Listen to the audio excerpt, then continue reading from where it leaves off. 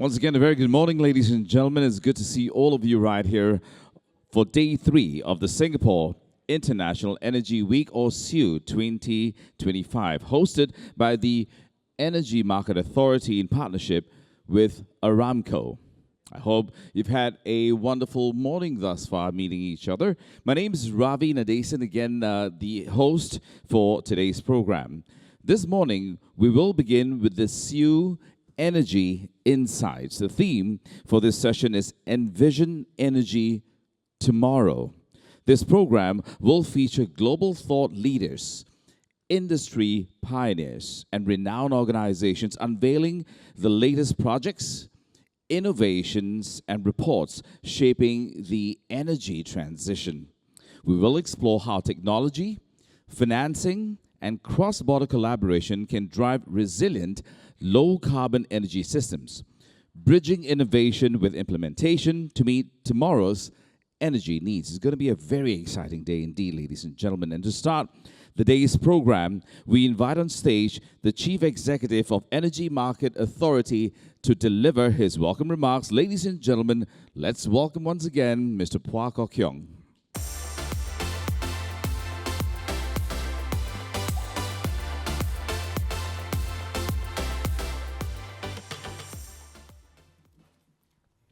Distinguished guests, ladies and gentlemen, welcome to this year's SIEW Energy Insights.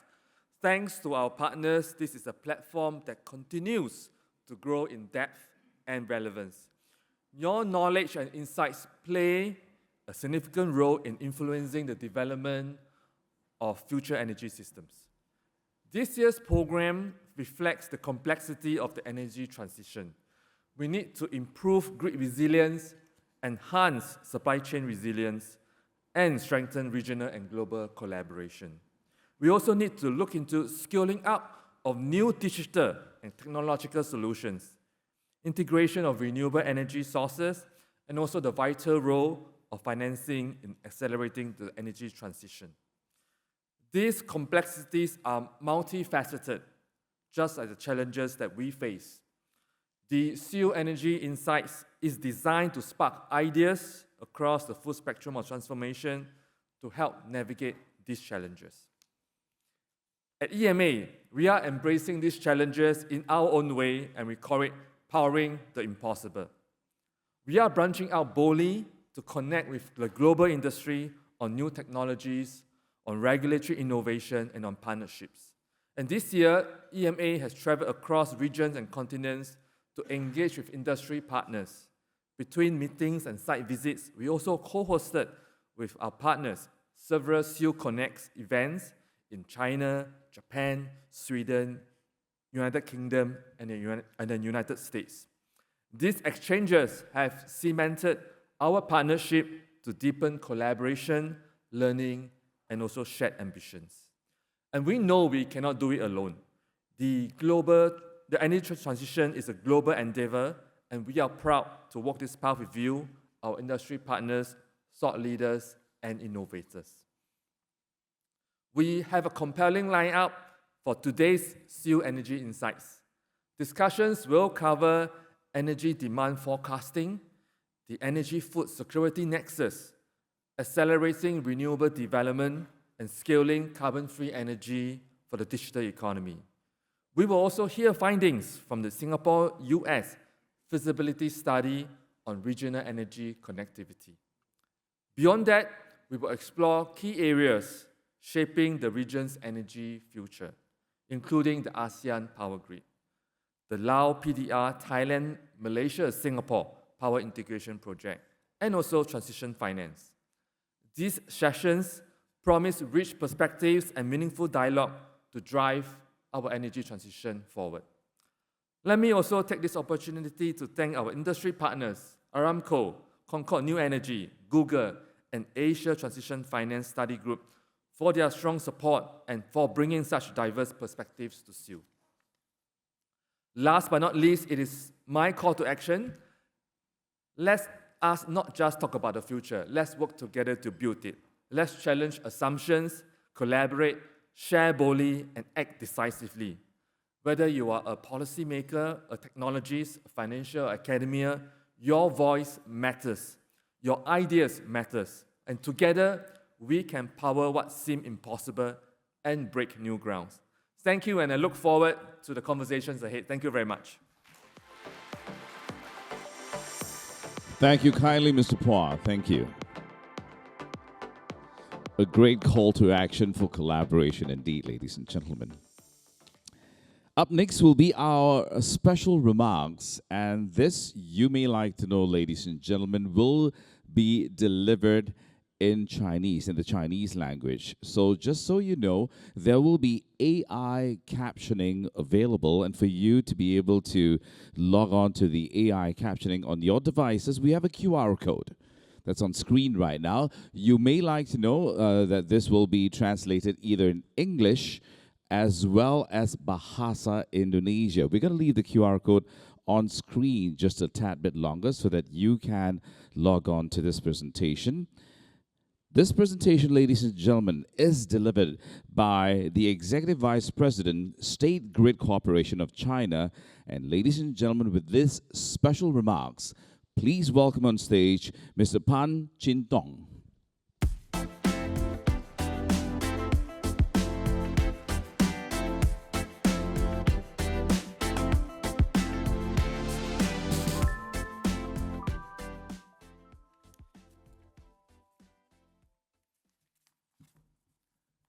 尊敬的彭国强局长、各位嘉宾、女士们、先生们，大家上午好！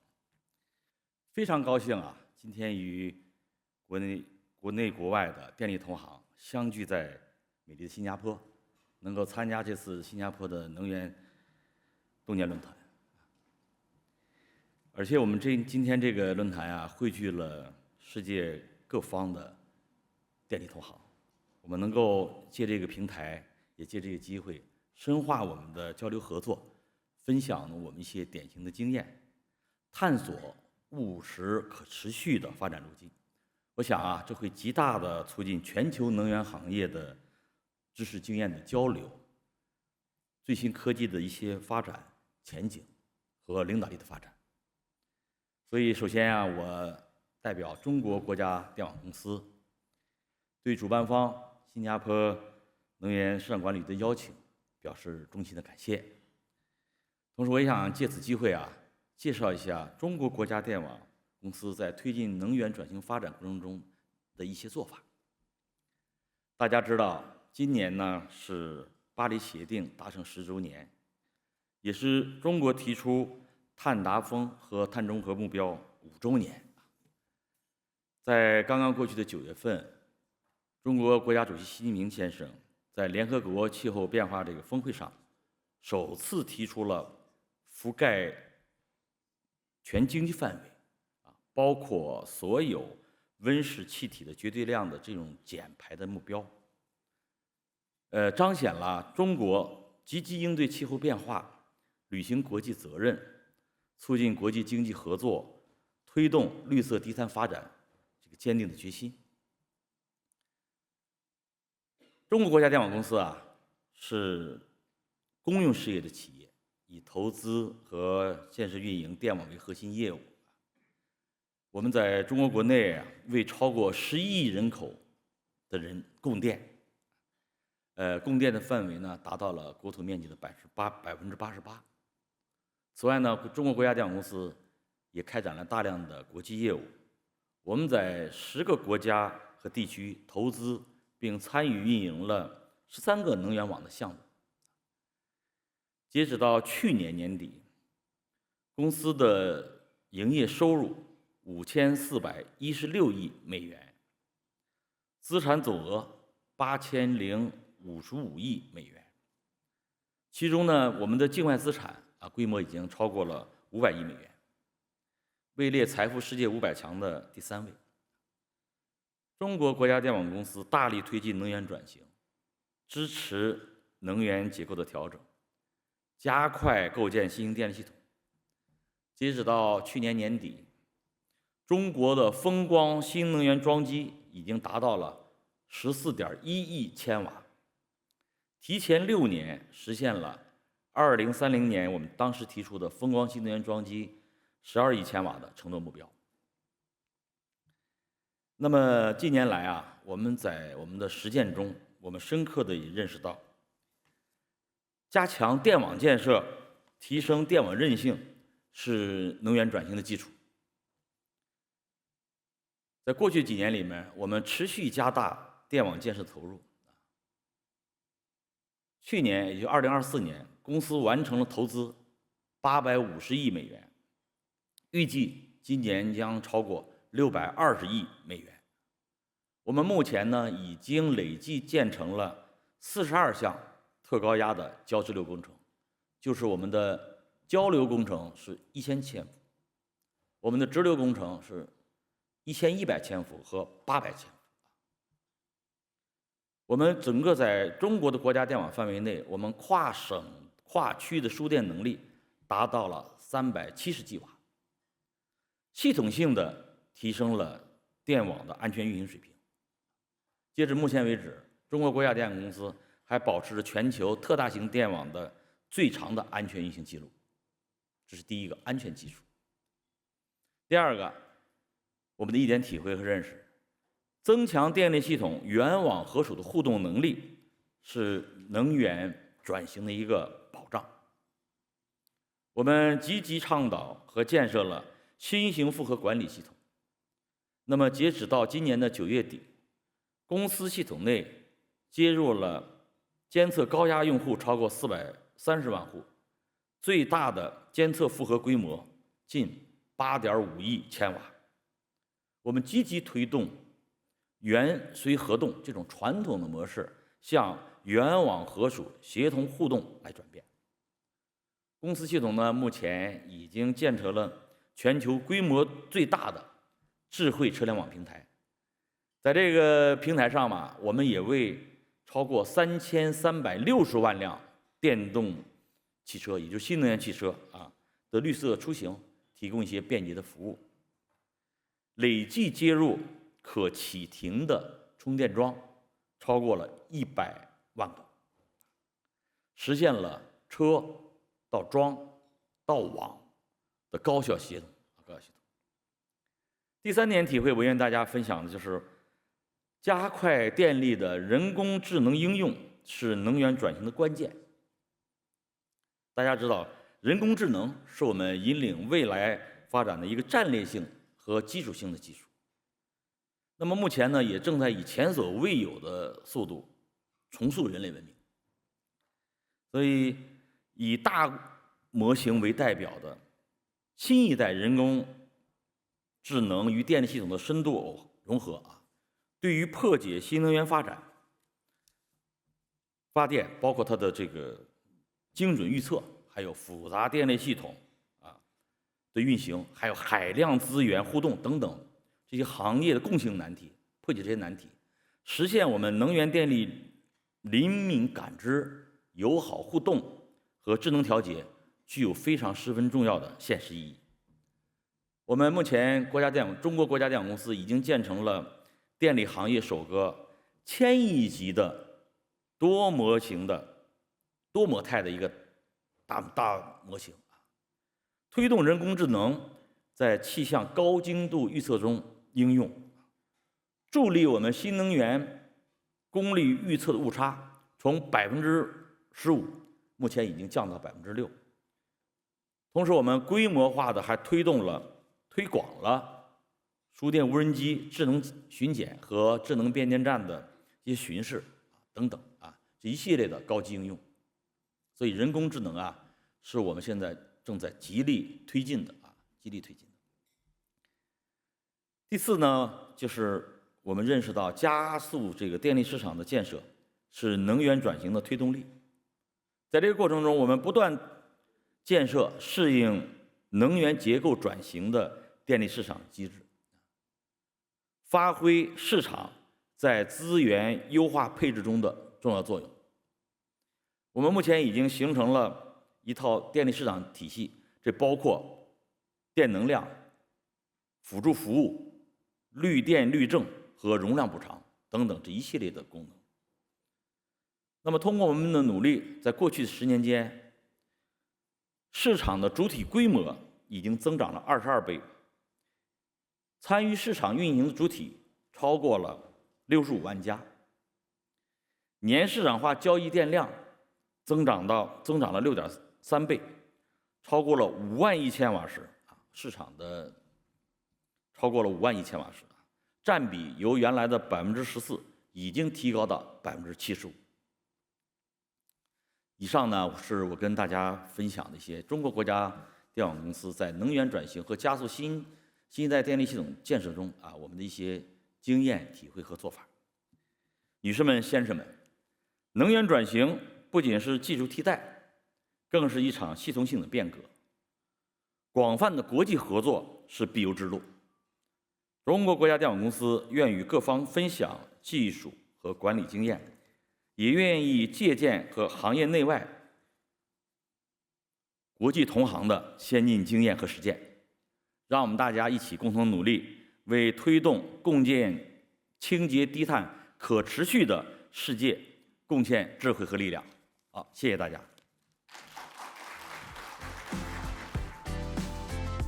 Thank you, Mr. Pan. Thank you very much.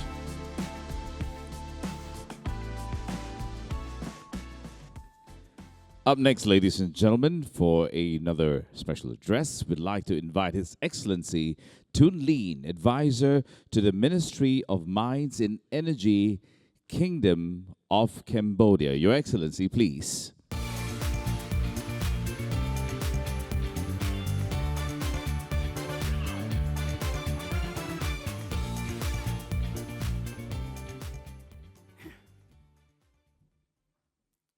Very good morning, Your Excellency, distinguished guests, ladies and gentlemen.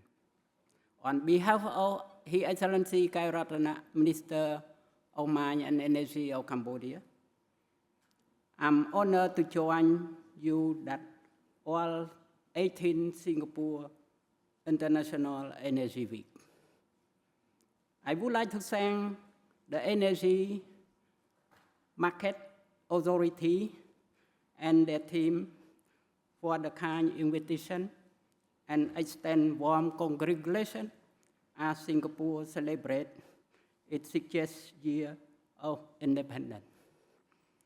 Recalling the outcome of the 43rd MM and its associate meeting held in Kuala Lumpur 2 weeks ago,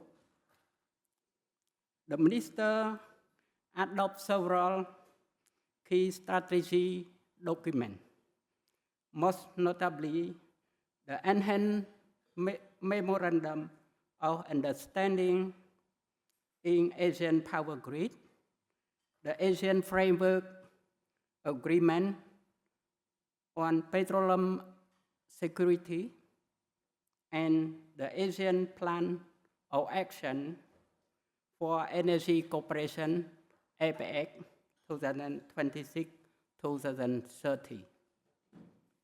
The new APEC set aspirational regional target in 2030, including a 40% reduction of energy intensity, a 30% renewable energy share in total primary energy supply, and a 40% renewable energy share in installed capacity.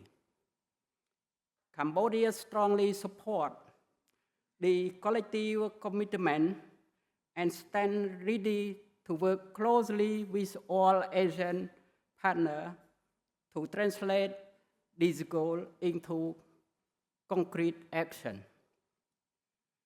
Cambodia's energy transition is advancing with purpose, guided by our Power Development Master Plan to 2022 to 2024. We are pursuing a balanced pathway between economic growth, energy access, and environmental sustainability.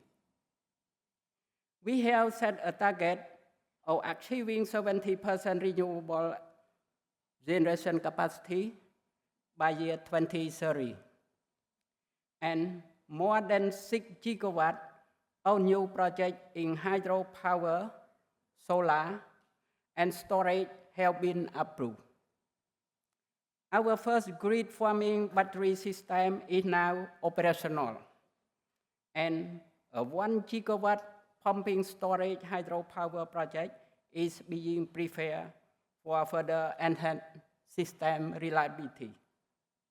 Regional cooperation is essential to this effort. Cambodia strongly supports the Asian power grid as a foundation for regional energy security and decarbonization.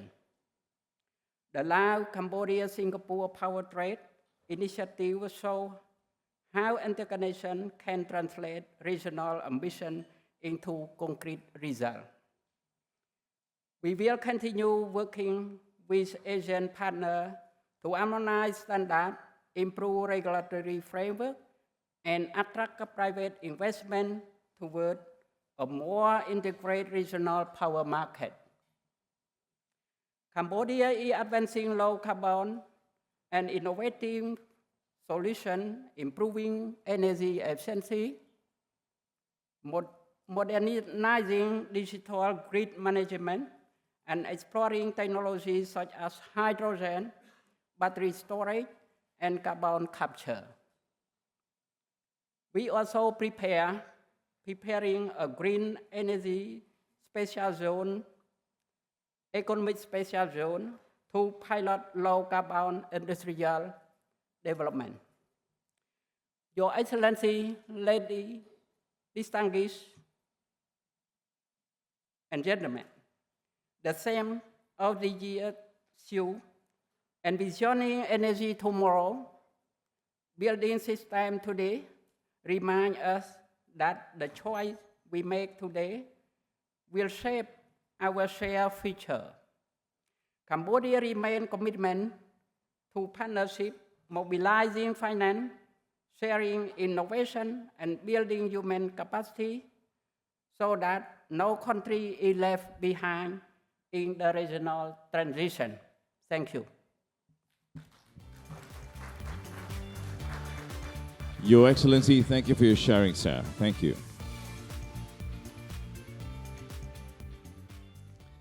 And now, ladies and gentlemen, on to our first dialogue for this morning. This is on enhancing policy guidance through improved forecasting. It's presented by Aramco. It is with pleasure that I invite up on stage our panelists. Firstly, we have Andreas Overland, Rystad Energy. With him is Manu Bhaskaran, Centennial Asia Advisors.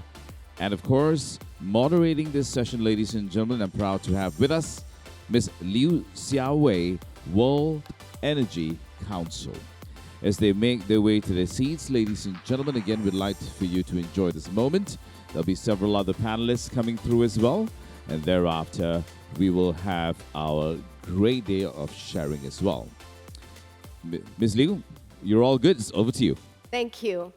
Good morning, everyone. Midway through SIEW, how many takeaways you have got? We got this morning insights, energy insights, and each of the topic are very topical and require actually a lot of time. Nonetheless, we were given only 20 minutes. So this will be a speed dating style. I hope that you will get your energy ready to take the insights from extinguished panelists. Without further ado, let us dive into the topic quickly. So I wanted to hear from you both your take on the topic, which is about how do we enhance policy through improved forecasts. Is it a paradox? Is it a dilemma? So what will be your general view on that? Yeah, no. I think first and foremost, it's important to understand the premises of outlooks. So is it a forecast based on real market dynamics, or is it backcasts or scenarios or pathways to reach certain governmental targets? If being the latter, it's important to understand and communicate correctly around it, so that we avoid narratives that can cause severe impact on and consequences and misinformed investments. Right. Like we have seen in recent years, in the energy sector. Peak oil demand is imminent. No new investments in oil and gas is needed. Those kind of narratives has real consequences. So it's important to communicate correctly around what are the actual outlook. Indeed. Thank you for sharing that from the energy perspective. Now let's move to Manu. Thank you. You have 40 years of macroeconomic policy experience. Right. What will be your take on that? Yeah, I think we clearly have a major problem with economic forecasting. It's not so much getting the spot number correct, it's the turning points. We tend to get the big cyclical and other turning points wrong. I think there are fundamental issues with forecasting. One is data. Quality of data has deteriorated because responses to sample surveys, for instance, have become more limited. Statistical changes to sort of assimilate the complexity of economies have resulted in data, say, for Indonesian GDP, Indian GDP, not matching the reality on the ground. There's also an issue of biases. Some people don't want to take a big stand, so they hug to the consensus view rather than giving their honest view, and that can also cause problems. Yeah. So I think the basic thing is that we have to understand that economics is half science and half art. It's about ever-changing human nature and behavior. So we have to understand behavioral sciences, we have to look at history in order to get a better picture on forecasting. Yeah, great point. Yeah, it's dynamic. There may be bias, there may be experience, but you also need to take a more balanced view. Maybe I just build on that with you, that you alluded to it. Data may be limited, right? So in a way, what will be the signals or market indicators that investors or policymakers needed to maybe watch more closely so that they can make sense of it, and then they don't do policies that are drifting away from the reality. Yeah. I think there are two responses to that. One is that economists cannot be just passive. You have to develop your own lead indicators to try and tell you what the future is going to be like. And it's possible to do fairly good and accurate lead indicators on trade, for instance, which is critical today. Right. I think that's probably the way to go. To try and get the data, and to perhaps also use a lot more high-frequency data, but that has to be done cautiously. Yeah, so with consciousness, but also the accuracy and quality of data is important. Thank you for that. Let me turn to Andres, who is an energy expert, and your company actually did a lot of studies and reports on energy transition. And one of the things you pointed out is about the data and the vis-a-vis the structural breaks in the energy demand, for instance, because of the AI, digitalization, and industry policies. So my question here is that, is the traditional forecasting approach or methodology a bit of obsolete in today's multi-driver world? Yeah, there's so many things in play. And should we be moving into a different approach? Earlier you mentioned about narrative. So is narrative a better way vis-a-vis the numeric forecast in terms of how do we navigate and also be able to have a clarity among all the uncertainties that are ahead of us? I'm a strong believer in numeric modeling and also forecasting, and I really believe that policies should not be kind of the what forecasts are based on, but you should have robust models that you can test policies on to see the market impact of those policies. Right. So I would be cautious to do only narrative forecasting because it can be based more on hope than wishful reality. Thinking. Yeah. So it's of course different policies change over all the time. Then it's important to have models and forecasts that can explain why and evaluate the impact from those policies. Yeah. May I dig in a little bit better based on what you have said? Definitely modeling, data-driven analysis is important. Nonetheless, how could we avoid more like a rear mirror impact because you're looking over the past, Yeah. based on that to try to look at what's happening ahead with what's happening today. A lot of things happen quickly and maybe in more disruptive manner. So how would that make sure that modeling and the data capture the real time and really reflect what the future and the reality would be? I'm tapping into you from the energy perspective, but I also like Manu to share some insights from the macroeconomics perspective. Yeah, no. So I think it's important to make forecasts based on robust models. So we have developed something called, or not developed the concept, but we're using system dynamics modeling. So energy markets are very complex. Yeah. You need to account for the nonlinear behavior Yeah. in the market, the feedback loops between supply, demand, price signals. Right. It takes time from an investment decision until you have oil flowing, for instance, Yes. on the supply side. Definitely. And understanding those lead times is vital to also understand and forecast correctly. So I think that's something that needs to be accounted for when doing. Yeah, of forecasting. course. You're not making a policy for today based on today's data. There is Exactly. a lead time for the energy perspective. Yeah. Great. Manu?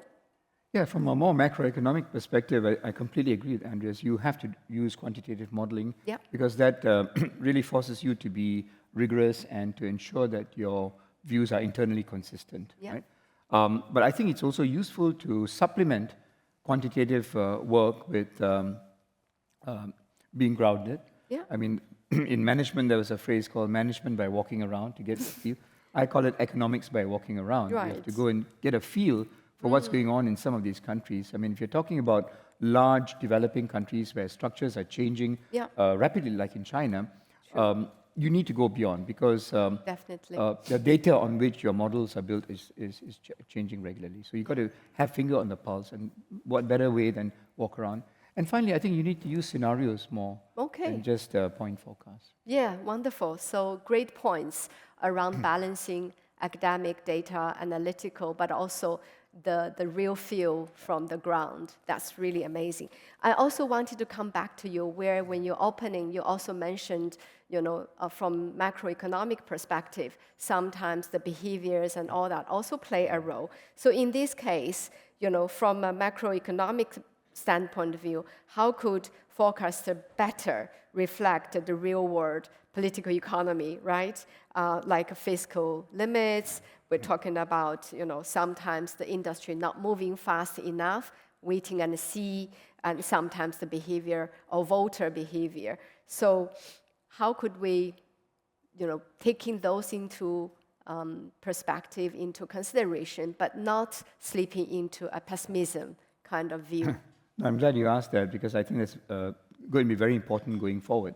Say, political economy, one of the big issues and challenges, I think, in economics, in policymaking, and in forecasting will be the fiscal trajectory, which is clearly unsustainable in the United States. Yeah. But few economists really take into account the big breaks that will happen.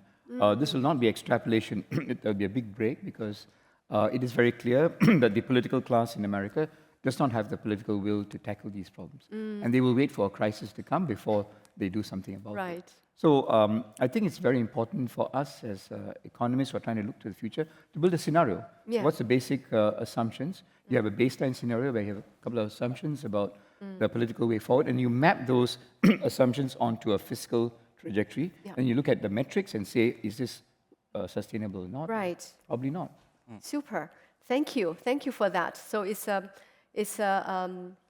there's a merit between the quantitative, but also the scenario, That's right. more qualitative thing.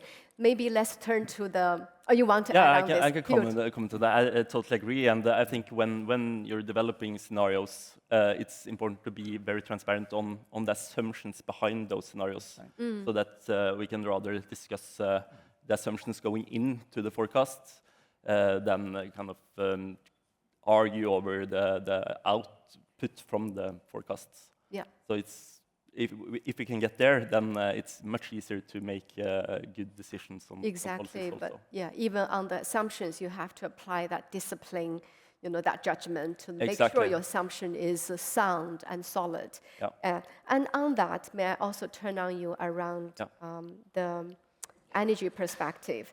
Earlier on, you said about modeling and all that. I think it's important. You also alluded to energy transition is not linear, right? So it's not. You have maybe lots of S curves before getting to where we want it. There's a lot of factors there. Technology, price, sometimes geopolitics, right? Not sometimes, all the time. So in this case, for energy forecasts, how could we build adaptive model? You mentioned about data, and so now I'm talking about adaptive models that really be credible for policymaker, so that you don't come up with headlines, and so it's really adaptive, but also taking into what's happening in the real time, so that it's a credible model that can be a sound base for policymaking. Yeah. No, so back to what we just discussed, I think it's key to be transparent on assumptions, and also for new technologies, it's important to actually also model the economics behind and have credible assumptions around that and be transparent on it, so that we don't run into forecasts like we have seen in previous years. First, kind of extreme hope for biofuels in 2015, the hydrogen hype in recent years. Now we're talking a lot about nuclear SMRs. It might come, it might happen, but it's important to also be transparent on what's the dependencies in the systems to achieve it. Yes, achieve indeed. this technology. Not just single silo type. Exactly. Super. So far we have been tapped into our panelists' distinctive experiences in macroeconomy and energy. I wanted now to really have you both to look at through a common lens, which is really around, how do we make sure forecasting is really credible and reliable for policy making.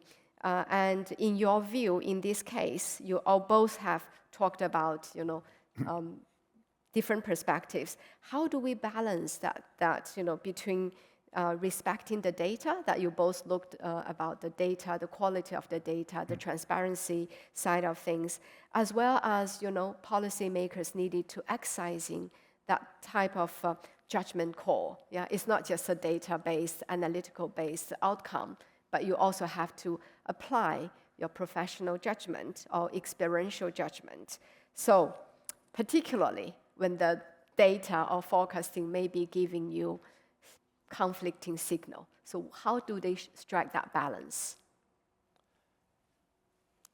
Yeah, I think it's when you're enforcing a policy or trying to look at the consequences of a policy, it's important to have to understand the dynamics behind it, so that you understand what's the implications of that policy and what can it lead to. What's the different dependencies in the systems from that policy, and what needs to happen in order for that policy to succeed. So understanding the market dynamics is vital. Right. There are few things they need to look at: interdependence, dependence, consequences, as well as the market dynamics. Right. Manu, in your view? Yeah, I think it's very important for policymakers to have a discipline of looking at different scenarios, and it should be built into policymaking that one of the scenarios must be a scenario that is very different from their own preferred outcomes, right? Right. It disciplines them to think about what are the factors that could cause a scenario that is not where their policy is leading. So I think it's a matter of enforcing disciplines and ensuring that there's somebody in the team that will come with an out-of-box view and criticize. So you have these feedback criticisms to make policy making better. That's amazing view around having diverse team and diverse view, so that you don't have to getting people that are agreeing to your judgment all the time. Right. So given all the volatility today, what would be one advice you have for policymakers to maybe using forecasts more wisely in making their decision? What would be that one thing you wanted to highlight to them? I think we have to move away from point forecasts. We are in a very, very uncertain world. It's not just a risky world, it's an uncertain world where you cannot put a probability even to some of these issues. So you have to work off scenarios, and you have to incorporate not just hard economic factors, but you have to incorporate political factors and the possibility of big changes in technology and climate. So it's a multi-view, Yes, multi-perspective, multi-dimensional approach, rather than a linear, That's right. data-based approach. Great. Andrea? No, I agree to what Manu is saying, basically, and it's important to be, as I've said a couple of times now, be transparent on the assumptions, Yes. so that it's possible to discuss also the implications of the policies. Yeah. So trying to understand market dynamics is important. Yeah. Thank you. So, ladies and gentlemen, I hope that from this speed dating, you really get some insights or takeaway. I think there's a lot to digest, but we do have limited time to sum up, forecast based on real quality, best quality modeling analytic is still very important. Nonetheless, either from macroeconomic or energy perspective, given nothing is linear, given the volatility and complexity that we need to navigate, policymakers, whether it's a macroeconomic or energy transition, needs to base on their judgment, not just analytical modeling, but also scenario planning and the multi-factor and interdependence, and really also examine that from the whole societal perspective, different stakeholders and all that. With that, I think we are coming to the conclusion of the very first session, and let's give applause to our wonderful panel for their insights, and you can approach them for more information and insights afterwards. Thank you both so much. Thank you. Yeah. Thank you very much, Ms. Liu, for moderating the very lively session. In fact, we will have you back on stage in just a short while as we get the stage refreshed for this next session, ladies and gentlemen. And this, of course, is a panel discussion on energy and food security nexus. This is also, you may like to know, presented by Aramco. Now, Ms. Liu moderated the session earlier. She'll be back on stage several times over to be moderating the next couple of sessions as well. Allow me to introduce who they are before they come up on stage. Ladies and gentlemen, the next panelists will be Mohammad Masrahi. He's from Aramco. Simon Sherton, Rystart Energy. Joshua Su, Agri-Food Futures. Let's welcome them with a round of applause, please.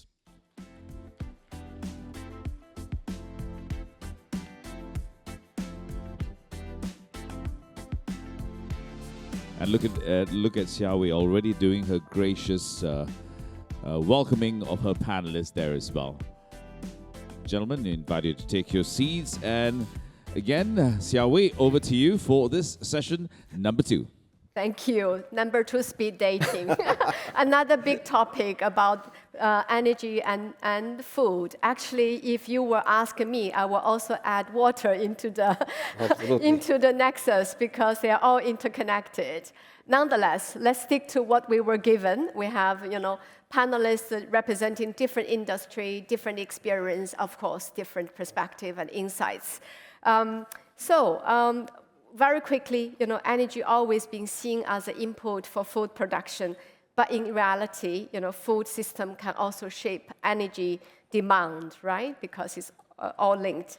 So in this particular perspective, what do you see, the biggest missed opportunity today in aligning the food and energy policy for the mutual resilience, yeah? Because these are all scarce resources and necessary for well-being and livelihood. So we need to make sure both food and energy are in great supply, secure supply. Nonetheless, these are not given. So how do we make sure that there will be that resilience ensured, and what will be the opportunities that you identify could help with that, or you will feel something is missing and needed to be done more? Can we start with Simon? Yeah, no, thank you. I think, I mean, food is in one way, it's very interesting, right? Like everyone obviously eats food, right? You all have food in your stomach as we speak. Yet many people don't really know how the food system actually works, right? So, we consume about 15 trillion calories a year for human food, for animal, livestock food, for biofuels, and for cosmetics and these kind of things. And to sustain that system, it requires, to your point, right, a lot of energy, a lot of water, a lot of land. Right. And this will cause, conflicts and constraints, right? Yeah. And we've seen that sort of popping up over the last years. We've seen it with the Russia-Ukraine conflict, right? That created a lot of pressure in the gas markets. Gas is an important input factor for fertilizer production, for ammonia production, which then is made into urea, which is one of the key fertilizers. We've also seen it in trade discussions with the US and Canada. Canada is one of the biggest producers of potash, which is also a very important fertilizer. And that's where Canada had a very strong card to play against the US in trade discussions. So I think these are just anecdotes. We can talk about more as we kind of continue our discussion. But I think it's just anecdotes of how we built a food system that sustains 8 billion people on this planet, and we need resources from the entire planet to make that affordable and make that sustainable or available, right? So it's intrinsically linked to trade and how we think about using the world's resources. Yeah, I guess you also painted a picture of vulnerability. Yeah, if given all the conflicts and all that, some of the things becoming the weakest link, and then you have a systematic... You've leveraged a system on all of these things being available, so if you remove some of these availability, then it becomes vulnerable quickly. Vulnerable, yes, the opposite of being resilient. Yeah, thank you, Simon, for that. Now, food experts, Joshua. Yeah, thanks for having me in your Energy Week. So I come from the world of food and agriculture. We very much look at new disruptive solutions that we can commercialize quickly. Great. And then we work to get them investor ready, to put them in front of private investors, namely your venture capitals. So I think this nexus between food and energy is really timely and a pertinent one to look into. And the connection I find is where typically people see agri and food actors, like your farmers, as consumers of energy, but I think it can be contributors to the energy transition and system. So in 3 ways, I'll cover 3 points. So the first one is ammonia as the chemical bridge between these 2 sectors. Right. The second point I'll cover is about decarbonization and the efforts to move towards this. And thirdly, around biomass or the waste that we see on farm and circularity.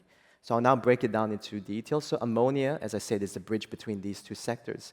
So ammonia is the key molecule when it comes to fertilizers, and it can be also a carrier for green energy. So we can see this tightly linked because if ammonia goes up, if energy goes up, then fertilizers go up, food prices go up, but we don't want to pay more. So there's this whole thing around food security tension that comes out as a result. Yeah, good link. The second link around decarbonization. So we're seeing a lot of solutions looking at how can you take on farm waste or areas and try to do something about it. So there's a solution that we've, or a venture that we've looked into called blue methane, where they look at slurries. So imagine like waste in your farms and how can you separate methane from it.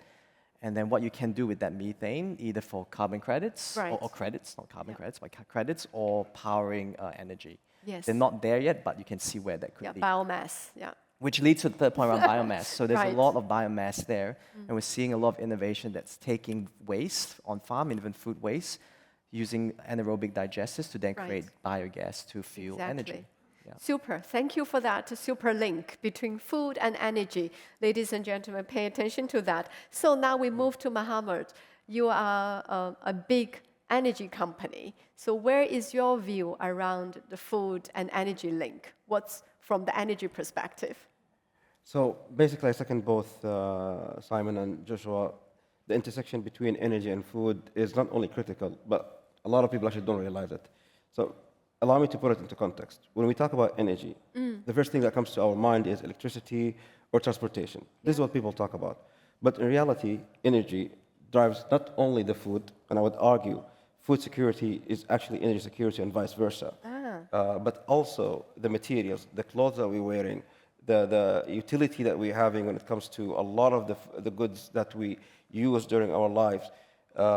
Talking about the material that we need for the data centers. We hear a lot of talk about data centers, yet no one thinks about how much energy that needs not only for the power, but also for the petrochemical feedstock that actually goes into the cables to be able to wire those data centers. And I can go on and on. Healthcare, entertainment, technology, energy intersect with all of them. Yes. And actually all of those intersect again with food. So being able to understand how all of that comes together and be able to understand the system, the complexity of it is very critical, especially when it comes to the policy making and avoiding the vulnerability that we see in the food system. Right. Again, just to put things into context, today the world consumes around 340 million barrels per day of oil equivalent. If you look at the agriculture sector and the food out of that is around 4%, or roughly around 14 million barrels per day. Let's convert that into per capita. Every year, people consume around 0.6 barrel for each person, just in the agriculture and the food sector. Oh, right. And we are getting around 2 billion people more in the next 25 years. Exactly. Going to 2050. Yeah. And they will need food. Right. Most important, they are coming from the developing nations. Exactly. Who are still yet to go into the higher income scale, get into the middle class, and they're going to consume even more calories. Of course. You mentioned that today we consume around 15 trillion calories, right? That's a global scale. But when you look at it from different regions, for instance, a person in Africa consumes right now only half the calories that a person in the US or Europe actually consumes. In other way, if they actually grow in income, we're not going to say going to the US or the European level, but 70% of that level, then suddenly you end up with huge increase on the food demand. In fact, we could argue in the next 25 years, we will see 30 to 40% increase in food demand, which will translate into another 30% increase in energy demand within the food sector. Exactly. And this is where we need to understand where are the interlinks between the food and energy, what kind of energy sources actually we need to be able to feed the population. You mentioned ammonia, and I totally agree with you. One of the blind spots that we saw over the last few years is this push for ammonia as an energy carrier with hydrogen and burning it into power plants.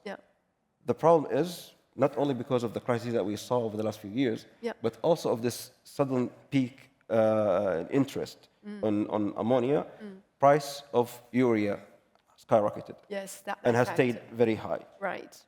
We've also lost a lot of the calories that were coming from Ukraine, which also led into an increase of prices for not only wheat, but also other calorie inputs into the food system.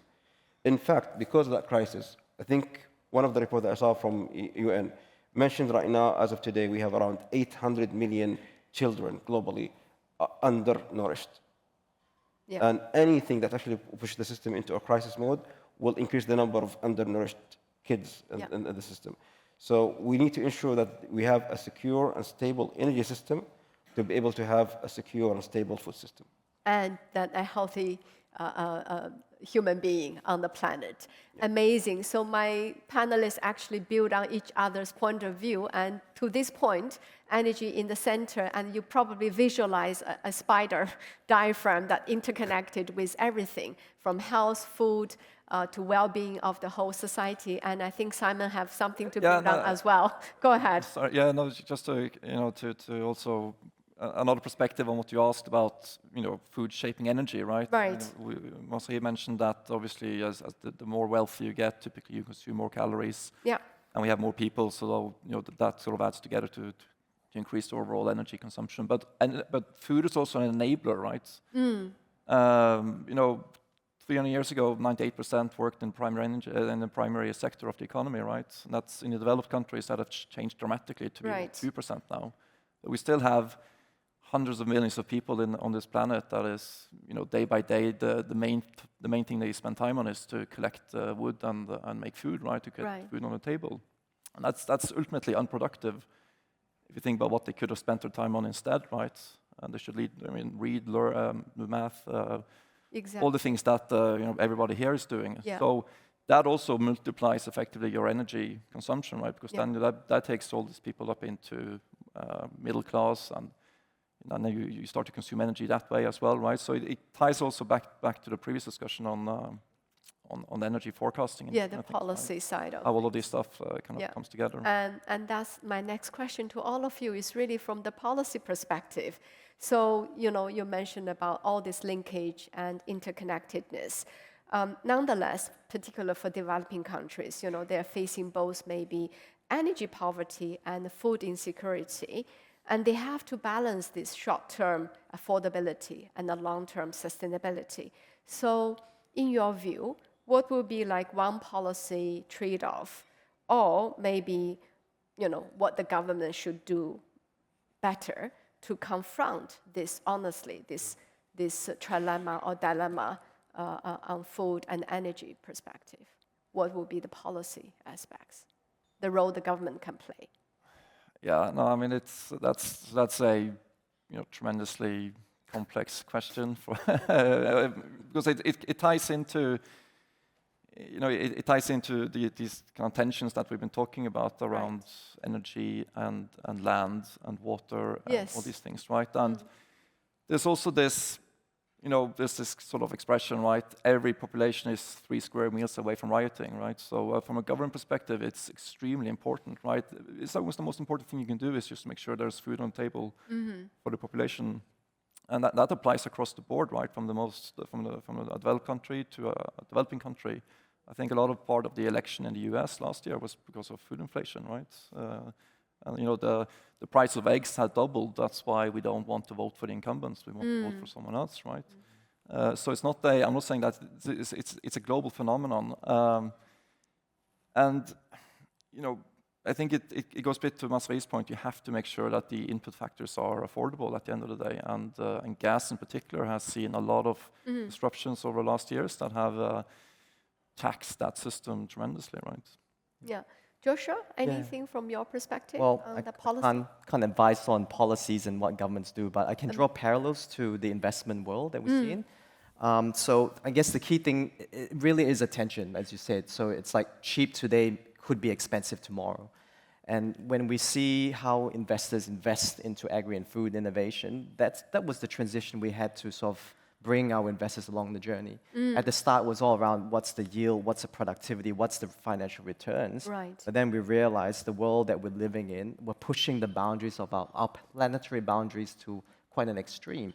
And so then if you continue down this path, it's just not sustainable. No. So then we have to look at how do you redefine risk and value? And then this is giving a whole new emergence of a new class of investors, impact investors, looking at patient capital, where the investment dollars can wait 10 or more years before they generate returns.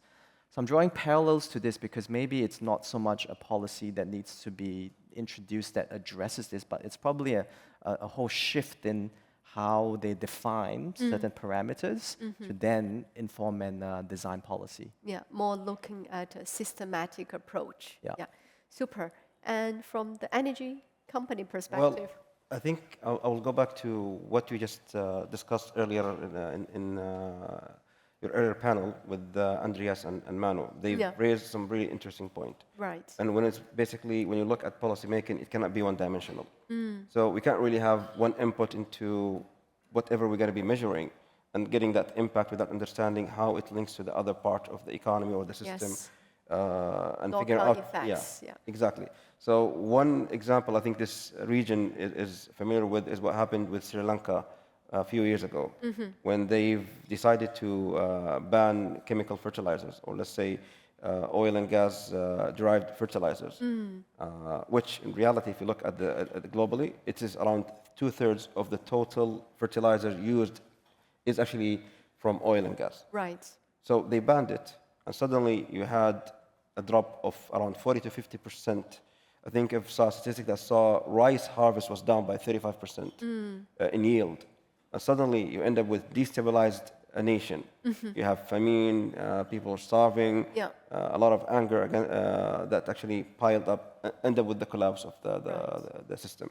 So that was only driven by a certain policy that only looked at one dimension, Yes. which was organic versus inorganic, Right. plus the foreign reserves, without understanding how that complexity is actually could lead into this kind of disastrous results. Exactly. So I go to back that policymaking needs to be a holistic approach. Holistic. Policymakers will have to go and talk to the different stakeholders and industries Yes. that actually have those interlinkages to understand how a certain policy will actually cascade into the different parts of the economy and the food system and the energy system. Yeah, having that pulse all the time. Yes. Really good point. I liked Manu's point of do economic policy by walking through and getting the feel Exactly. how the economy Yeah. does. Knowing the reality. Okay, we don't have a lot of time to go on, but I do want to ask a last question because we're talking about this nexus and interdependence and all that. Resilience has been a key word to that. How do we build in that resilience? You know, what kind of collaboration or global collaboration or governance mechanism could ensure that we do this so that we safeguard not just the security of food and energy, but overall a more resilient world? So each of the panel, whoever wanted, maybe I start with you. Well, Mohammed? again, let's go back to understanding how the food system and energy system actually interlinked. Interlinked, yeah. I highlighted earlier, we right now consumes around 0.6 barrel per capita per year. Out of that, 2/3 is actually driven by oil. It's not only just in the making of food, but also in the processing, in the packaging and transportation of that food into different parts of the world. And 1/3 is actually from natural gas, which is mainly in the ammonia value chain into urea and fertilizers. There's only a small part of it is actually driven by other energy sources or materials such as potash, you mentioned earlier, Simon. So understanding how that system actually function then leads to figure out how to ensure that resilient system can be designed. Right. I think understanding that the important role of oil and gas would make us think about how can we ensure there's enough investment. Back to your point, Joshua, investment. Ensure that we have enough investment into oil and gas resources to ensure that we have enough supply that results into less volatile markets, abundance of supply that goes into these value chains, which will lead into cheaper, more affordable food prices. Yeah, thank you. That linkage between energy and food. Joshua, from agricultural perspective. Yeah, so to answer your point around how do you drive resilience through global cooperation? Yeah. So I'll address it in two ways. So one way is just giving you, I guess, a point of view from the food sector around resilience, and then giving you an example of how we might bring that to life. So in the food sector in Singapore, we had our food story. They put forward a 30 by 30 target, which is to generate 30% of nutritional needs domestically by 2030. So when this vision was put forward, it generated a lot of interest. It galvanized the whole industry towards a goal, which is terrific. But I think to your point, I think the discourse has implications on how we look at global cooperation. Yes. Because the whole idea of food security then sends the signal of self-sufficiency, which then say, well, are you raising your trade walls? Are you still wanting to enter into relationships with us? So then we shifted towards talking about food resilience, which had a more inclusive connotation to it.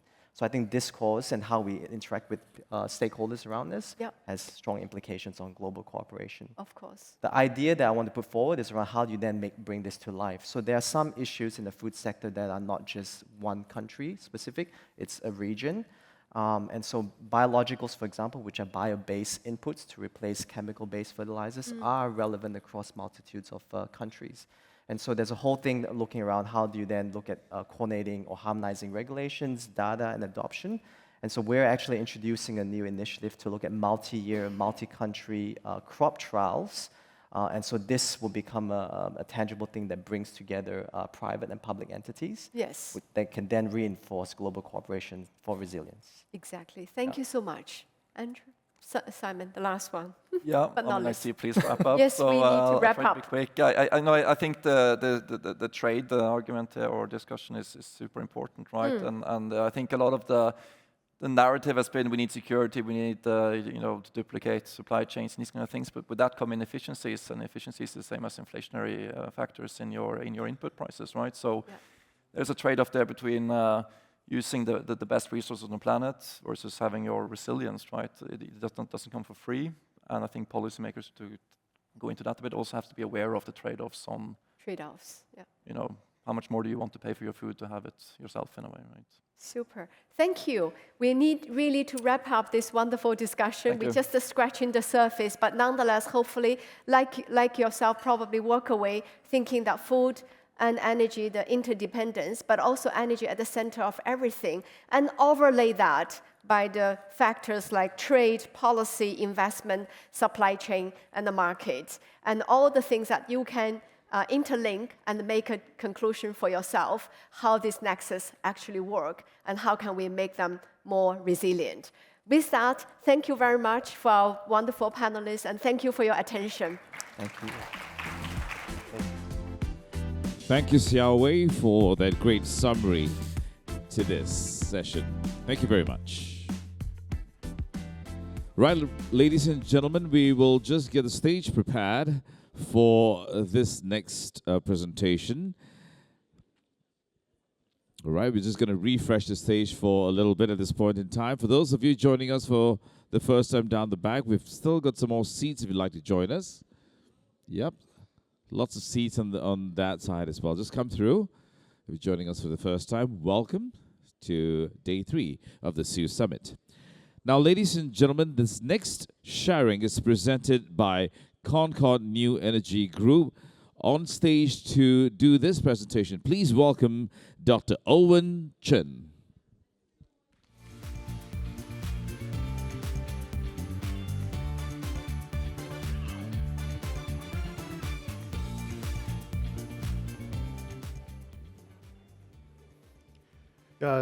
Distinguished guests and industry colleagues, thank you very much for coming to this session. I would like to share some of our experience and understanding of AI and renewable energy in the industrial angle of view. As we navigate the wave of renewable energy, AI technology is reshaping the entire industrial ecosystem at a very fast pace. It has been said that the end game of AI technology is energy, because every smart device's operation and every data center's consumption rely on stable, clean energy supply. Today, we stand at a historic crossroads. The large-scale development of renewable energy is being accelerated by AI. As a pioneer of global clean energy sector, CNE Group has always believed that the true energy revolution lies in the deep integration of technical and industrial transformation. In the past 20 years, we focused on developing renewable energy, including wind, solar, energy storage, and green hydrogen. Our footprints covers Asia, Europe, Oceania, and North America. We provide total solutions, from power plant design to the operation and maintenance. We do not only develop green electricity to AI data center, but also deploy AI technologies in our operations, from spot market trading to the predictive maintenance for wind farms, from intelligent diagnosis of photovoltaic components to dynamic scheduling of energy storage systems. AI is becoming the key to unlocking the challenges of renewable energies, intermittency, and volatility. The rapid development of AI is reshaping the global energy demand. Data centers consumed around 1.5% of the global electricity consumption in 2024. It is projected to reach about 3% by 2030. AI data center is becoming bigger and bigger. Conventional data center, which is about 10 to 25 megawatt per site, and the annual growth rate is about 9% until 2030. But AI-focused data centers, which is always more than 100 megawatt per site, and the annual growth rate is about 30%. In the regions with concentrated data center operations, the share of electricity demand direct toward a data center is extremely high. For example, in Ireland, the data centers count for about 20% of metered electricity supply. In US, 6 states already have data centers consuming over 10% of their electricity supply, with Virginia leading at 25%. Let's take a look at the prediction numbers. In states, data center power consumption rate is 4.4% in 2023. And it will be 6.7% to 12% in 2028. There are some outstanding gigawatt hyperscale AI DC centers, like the OpenAI and Oracle, Stargate, which is 4.5 gigawatt, and Meta, 5 gigawatt. Amazon in Indiana is about 2.2 gigawatt. Microsoft in Wisconsin is 1.5 gigawatt. The gigawatt size is equal to a city-level electricity consumption, so this is quite huge. In China, data centers' power consumption is about 1.7%, which is 166 terawatt-hour in 2024. Singapore, the data center's power consumption is about 7%, which is 5 terawatt-hour in 2024. And it will be 12% with 8.4 terawatt-hour in 2030. The huge and unpredictable AI-driven load growth brings big challenges to power systems. The global consumption will be doubled to reach around 945 terawatt-hour by 2030. Those challenges, especially the technical challenges, are limited grid capacity and interconnection delays. This happens every day, everywhere in the AI projects. And renewable intermittency and the lack of flexible storage, which make the grid not very stable and not green enough. In some places, people now start to use the natural gas for generation to compensate the lack of green electricity. But there are some efforts which the industry are taking to make full use of the renewable energy, just like the different variety of energy storage and the hybridization, the AI-enabled energy management, forecasting, and trading, and flexible grids, cross-border renewable tradings. In practice, CNE now deployed 2 types of green electricity generation for AI data centers. The ordinary model is the front-of-the-meter PPA model. We develop gigawatt solar plus storage projects in Texas and sign long-term PPA with IDC and AIDC hyperscalers. Because of the lack of substations and the capacity of grid, we are also developing power plants in the behind-of-the-meter off-grid model. The power system is not connected to the grid. To make the microgrid stable, people are using biodiesel or natural gas generators for immediate reliability and emissions reductions. For mid and long term, green ammonia combustion turbines and fuel cells with ammonia cracking can be used to make the hybrid power generation system. Besides the power generation for AI data centers, CNE also deploy AI technologies in our operations. As an IPP, we use AI in power plant planning and the design to the smart operation and predictive maintenance. And we also use to optimize the energy storage and the electricity trading. In power plants, we train the AI to simulate thousands of design schemes, integrate global meteorological and geographical data, and it generates multiple conceptual design automatically. This can save 80% of the lead time and 70% of the manpower cost. In the power plant operation, we developed machine learning algorithms for wind turbine predictive maintenance. Till now, the database of failure covers over 3,000 cases, and the O&M cost reduced by 18.6%. The deep learning and the machine learning algorithms are also deployed in our BESS projects to predict the very early stage failure of lithium batteries. It shortens the time from the failure of the time from minutes to weeks. So we can detect the very early failure before months. AI also help trading decision and execution to speed up extremely.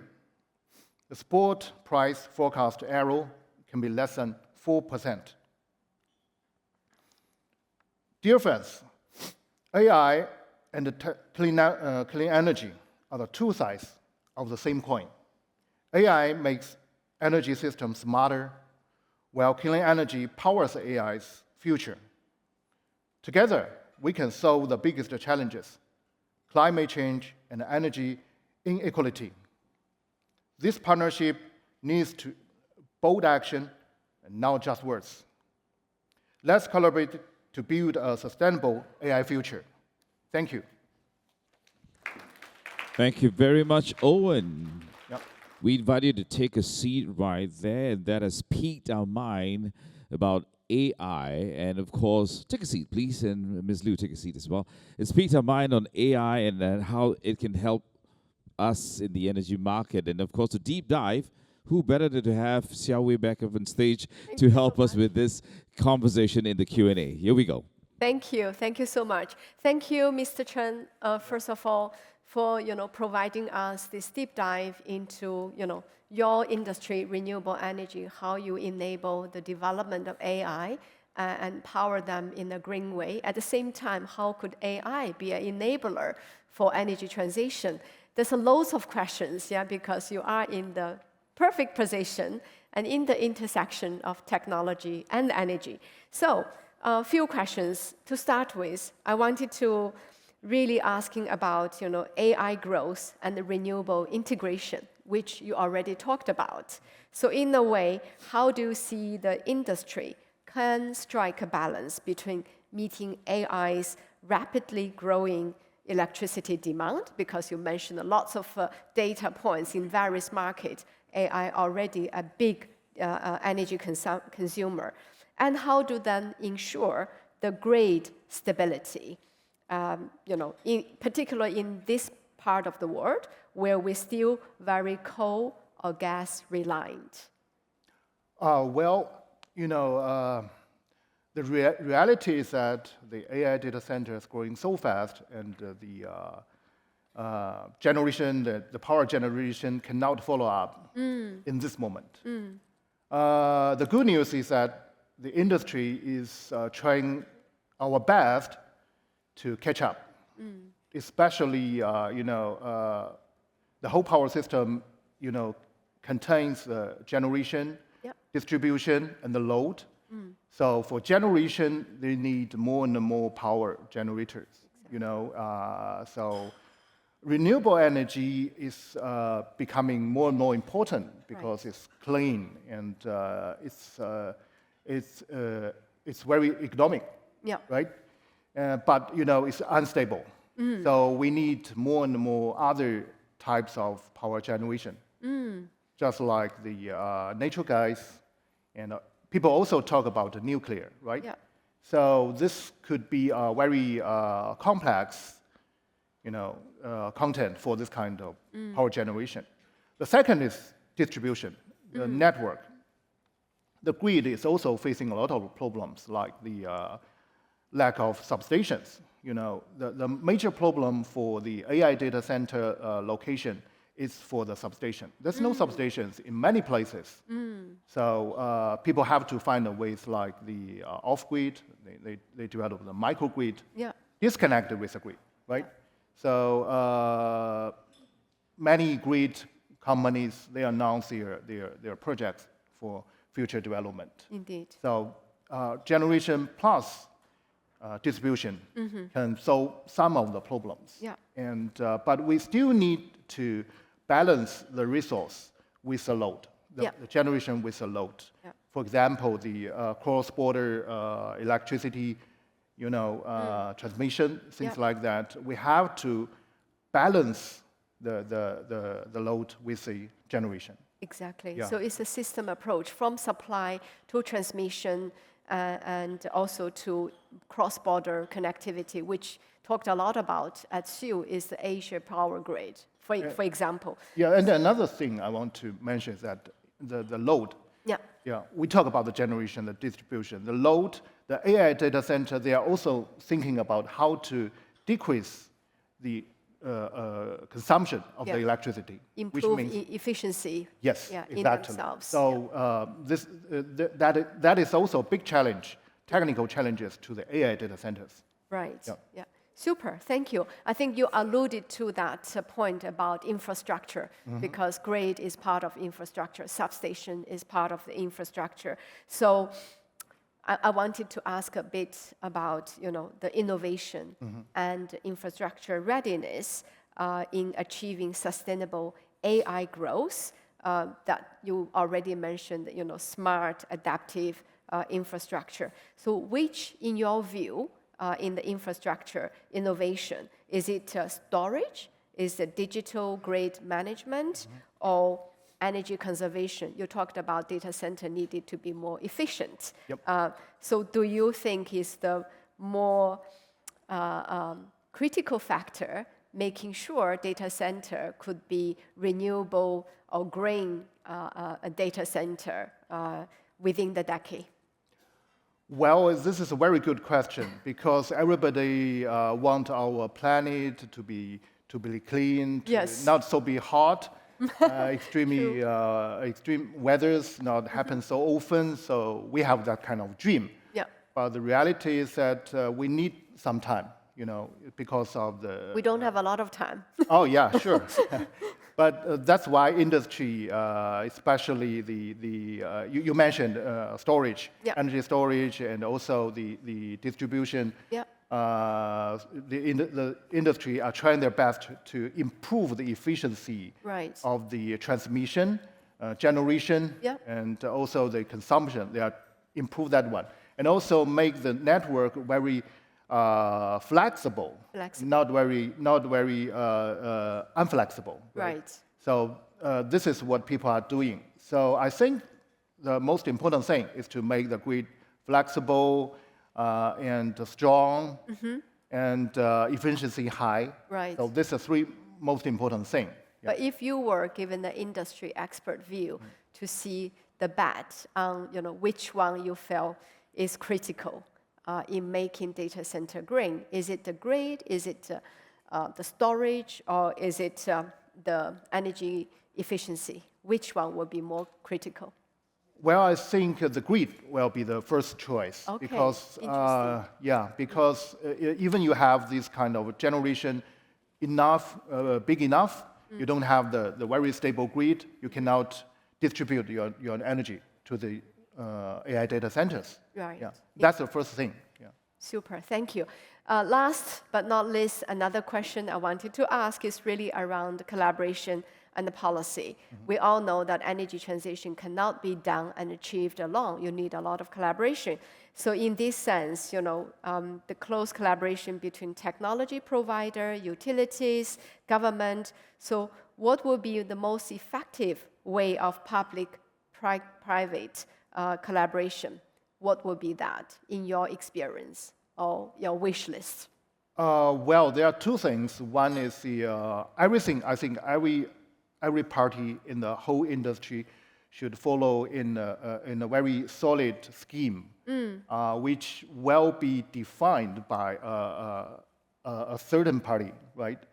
Otherwise, everybody is developing their own things and Right. cannot coordinate. Yeah. So this is a very important thing. Another thing is the trade barrier. So it keep the, it will make the cost very high for everybody. So even the industry or the innovation, make the cost down, but the trade barrier will raise up Right. the cost.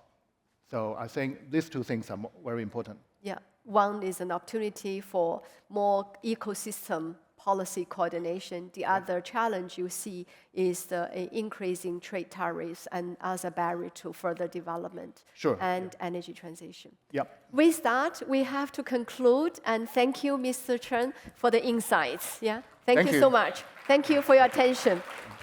Mr. Chen, Ms. Liu, thank you very much for that sharing and the exchange.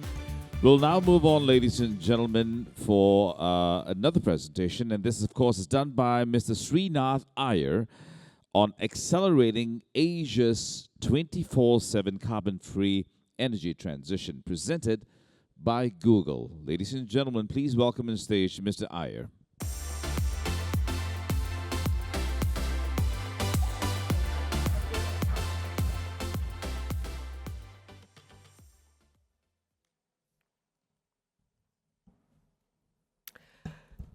Good morning, ladies and gents.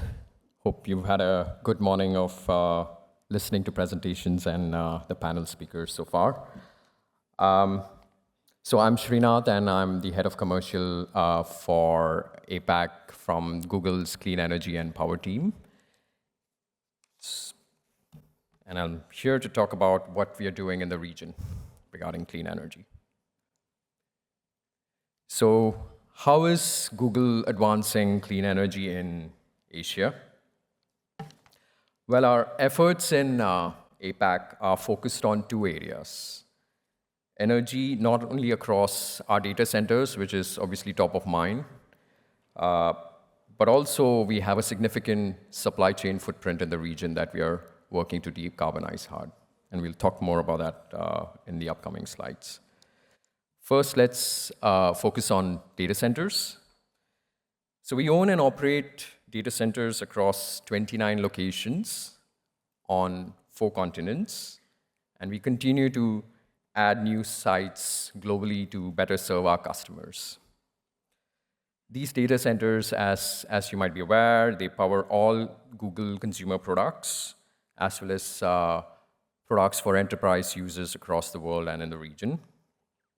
In APAC, our data centers are currently operational in Taiwan, here in Singapore, and Japan. And we've already announced plans. In fact, our data centers are under development in Malaysia and Thailand. And as recently as just 2 weeks ago, our newest addition on the map here in the region is our gigawatt-scale AI hub that we announced in Andhra Pradesh, India, with an investment outlay of around $15 billion. Now, for more than a decade, we've worked to make Google data centers some of the most efficient, energy efficient in the world, improving their environmental performance, even as demand for our products has dramatically risen. And as recent as in 2024, when we last announced our environmental report, and here are a few stats from that, we've basically reduced our data center energy emissions by 12% compared to 2023, and this is despite a period of accelerated usage in electricity across our portfolio. We achieved at least 80% carbon-free energy on an hourly basis across our 20 grid regions where Google owns and operates data centers. And we've signed in excess of around 8 gigawatts of additional clean energy generation in 24 alone, setting a new record for ourselves. And this is twice the volume that we have contracted from the previous year. Now, when we think about energy, we start with energy efficiency, and that's been the foundation of our strategy. Because we believe that when it comes to energy, the best energy is the energy that's not consumed in the first place. And in this area, our efforts have paid off continuously. Our data centers lead the industry in energy efficiency and are around 1.8 times as efficient as a typical industry data center. And we keep pushing the boundaries every year. So compared to just 5 years ago, we now deliver around 4 times as much computing power with the same amount of electrical power. So essentially, we are getting a lot more Google services, Google searches, Gmail, and YouTube videos out of the same amount of energy. And all of this reduction that we've had over the previous year has been in an era of increasing growth, which was 27% year on year due to our businesses and increasing product adoption, including AI.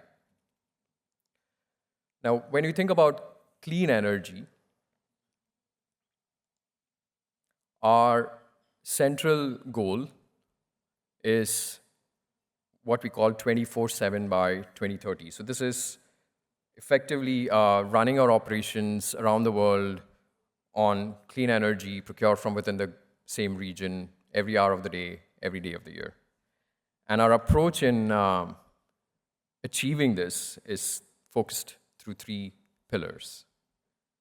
First, it's around continuing and scaling up our purchases and doing it in a more innovative way.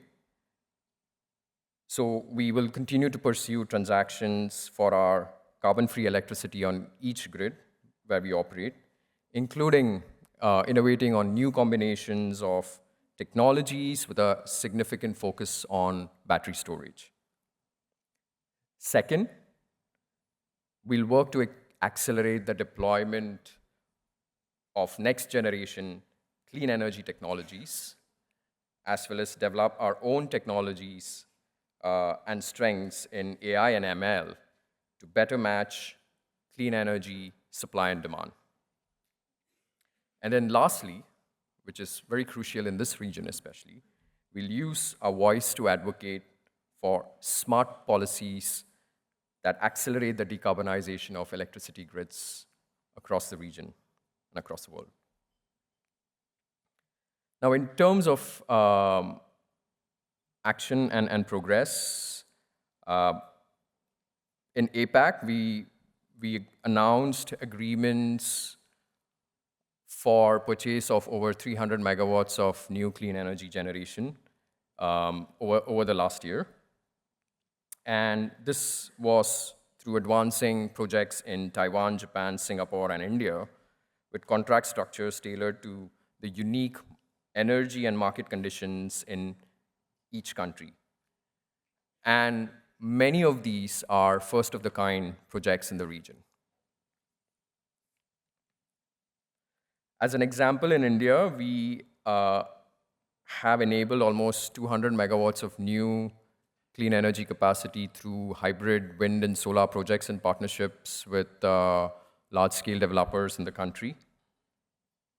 And the recently announced expansion plan, which is the gigawatt-scale AI hub that I just mentioned at the beginning of the presentation, is going to take this a significant step forward. The new AI hub in India will combine powerful AI infrastructure, data center capacity, new large-scale clean energy generation, and an expanded fiber optic network, all in one place. So this builds on Google's existing initiatives in the country and will involve work with local partners, both in the public and the private sector, to deliver new transmission lines lots of new clean energy generation and storage system in the state of Andhra Pradesh as well as across the nation. Now, our second pillar is technology, because solar, wind, and hydropower will only get us to around 80% of hourly carbon-free energy in our mix and in the region. So we need to think about new sources, new technologies, which are advanced, for example, like geothermal, that will help us kind of cover the incremental gap from 80% to 100%. So in the region, we earlier this year announced Google's and the industry's first corporate PPA for geothermal in Taiwan. And this is just the first step to catalyze progress towards the government's goal to install around 6 gigawatt of geothermal capacity by 2050. But this is just one part of the toolkit. We are looking at other advanced technologies in the region and globally, including long-duration energy storage, CCS, and similar technologies. Another example, closer home here in Singapore, is on sustainable biomass. So right here in Singapore, we are supporting a waste wood-to-energy plant in partnership with Pacific Light Energy and Rexus Bioenergy. So this facility will generate electricity on a firm 24/7 basis by converting the waste wood, such as horticultural waste and wood from logistics industry, into a renewable energy source. And the plant is designed with advanced technology and is expected to be more efficient than traditional waste-to-energy plants in Singapore. And lastly, our third pillar, which is partnerships and policies. We know that in order to achieve 24/7 carbon-free energy at Google, we'll ultimately need to make sure that every grid we operate in is 100% or close to 100% clean energy. And so that we look to advance public policy to rapidly deploy new technologies, create the right market structures that basically empower energy consumers, not just the big industrial users like Google, but other stakeholders in the economy as well. The second part of our strategy and focus in the region is energy for our supply chain. This is very critical for our decarbonization strategy in APAC. And we are working to tackle our supply chain emissions with a mix of technical tools, direct supplier relationships, and clean energy agreements, as well as investments. So we act as a partner to our suppliers. We bring resources, incentives, support to help them make meaningful, measurable progress towards clean energy, which in turn can help them also manage energy costs and prepare for evolving regulations. For example, a spotlight is on Taiwan, where we are not just supporting procurement in the traditional way, we are helping create new capacity. So in 2024, we announced investment to support the development of 1 gigawatt pipeline of new solar energy capacity in Taiwan, an investment that focuses on a region that plays a prominent role in the global technology supply chains. So here we expect to procure solar energy from these projects and offer a portion of this clean energy to our semiconductor suppliers in the region so they can advance their own sustainability ambitions while helping reduce emissions in the shared supply chain. And by doing so, we are removing barriers so that others in the industry and the supply chain can make better, easier, clean energy choices too. And continuing on Taiwan, Taiwan is also a great example of how we have persistently worked on the various elements of our energy strategy. And each of them has yielded incremental but significant lasting impact. So in 2019, it was the first step which was enabled by policy. Google's first corporate PPA in APAC was made possible because of close, intense advocacy and engagement with the government, which led to the enactment of the country's, or an amendment to the country's Electricity Act to allow non-utility private sector corporate customers to directly buy renewable energy from the grid and reduce their carbon footprint. This was followed a few years later in 2023 by our next journey, which was due to technology innovation. So here we participate in Taipower's summer load management program by deploying our demand response capabilities in service of the grid. So this is something that we also refer to as carbon-aware computing. So our demands response offering helps grid operators, in this case like Taiwan, to help manage their power systems during period of intense stress on the grid by offering to kind of reduce our loads to help conserve energy and help the more important users on the grid to be powered up. And then in 2024, we committed to making our investments, which was a new structure and strategy, going beyond procurement to make the 1 gigawatt pipeline, as I just mentioned. And then in 25, we advanced our innovation through the geothermal PPA. So as you can see, making progress in on clean energy priorities in APAC, as well as the globe, requires long-term thinking. And progress is often non-linear. So what might seem to start slow, effectively builds momentum and, it catches on. And this is something that we have seen in Taiwan, and we are hopeful and excited that such progress can be replicated across many more countries where we are present in the region further in the future. So with that, I'd like to conclude and thank you.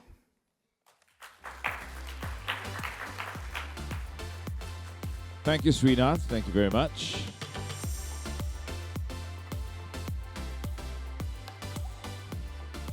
Right, ladies and gentlemen, our next session on advancing transition finance in Asia, unlocking investment through solutions, systems, and carbon markets. This will be presented by Asian Transition Finance Study Group. On stage to do this presentation, I'd like now to welcome Dr. Nuki Agya Uttama for his thoughts. Thank you very much. Dr. Nuki, please.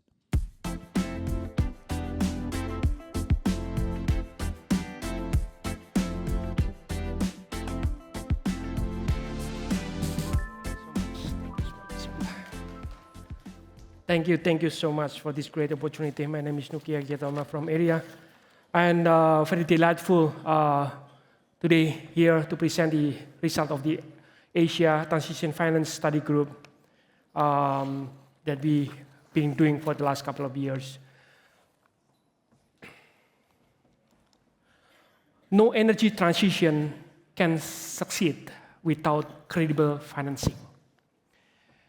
At area, we work on multiple projects to support transition finance ecosystem in the region.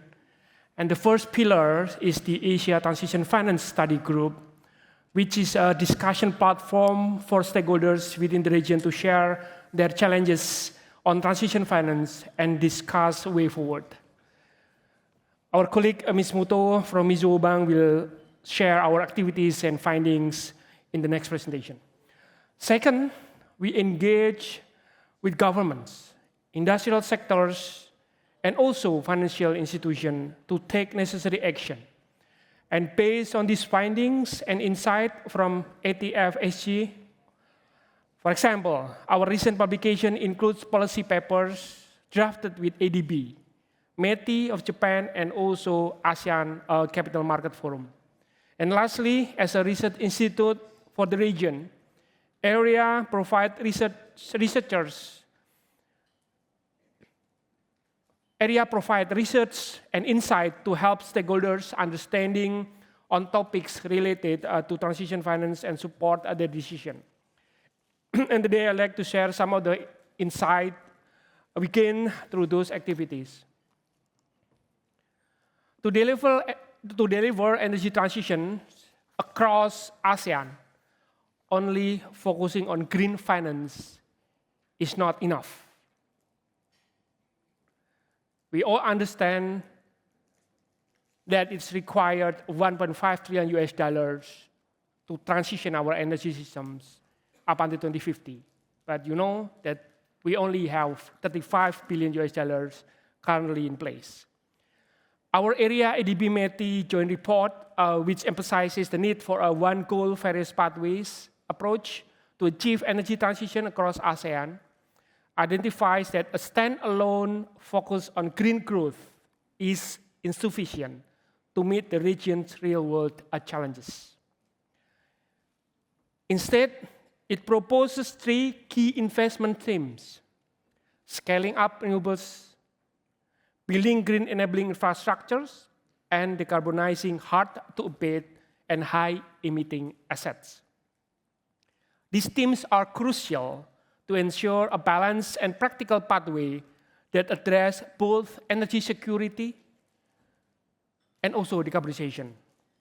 And to support this, the report outlines two high-level roadmaps for the power and industrial sectors designed to guide technology adoption, transition finance, and also policy dialogue among stakeholders across ASEAN countries.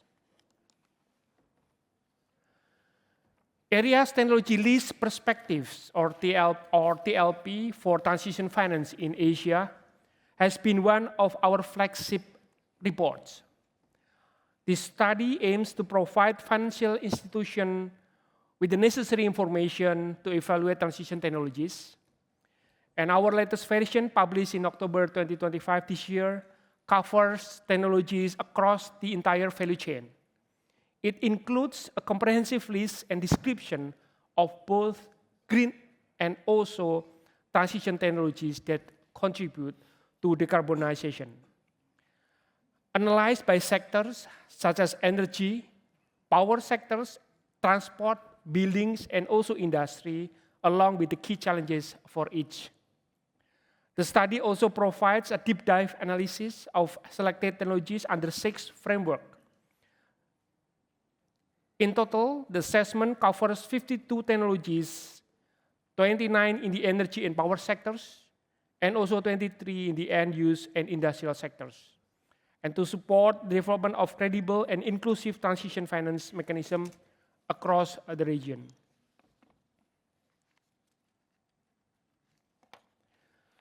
Also, it was pointed out in the ADB METI report,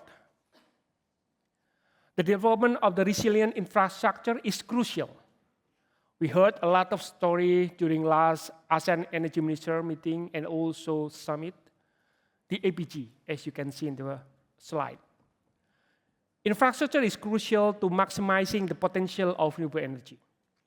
AREA has been actively supporting the ASEAN Power Grid Initiative, which Singapore has identified this as one of its national priorities. And our recent work includes a pre-feasibility study on subsea high-voltage direct currents cables connecting Sarawak, Peninsula Malaysia, and Vietnam in collaboration with the NBAs and also Papua. The study covers technical routes, regulatory, and also market aspects, and financial structures such as PPA and joint ventures. It explores scenarios for exporting Sarawak hydropower and Vietnam's renewable energy, positioning Malaysia as a regional clean energy hub.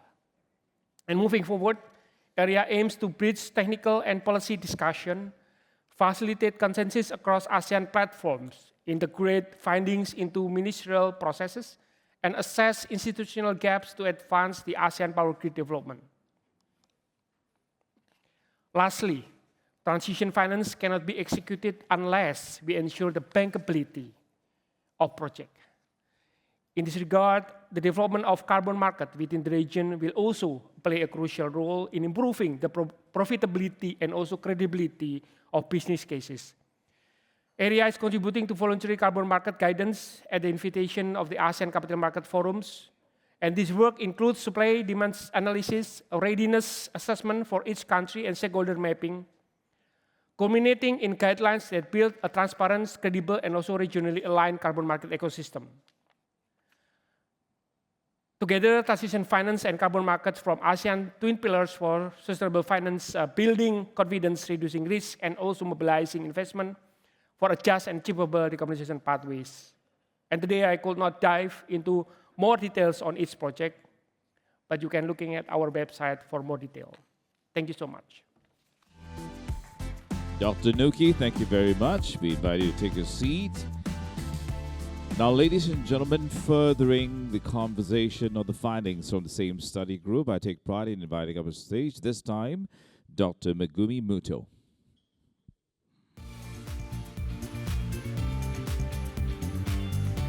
Thank you so much.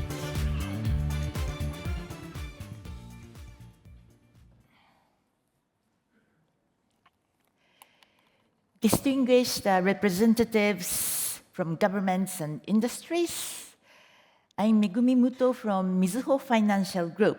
So honored to be speaking here. I would like to begin by introducing the Asia Transition Finance Study Group, in short, ATF-SG.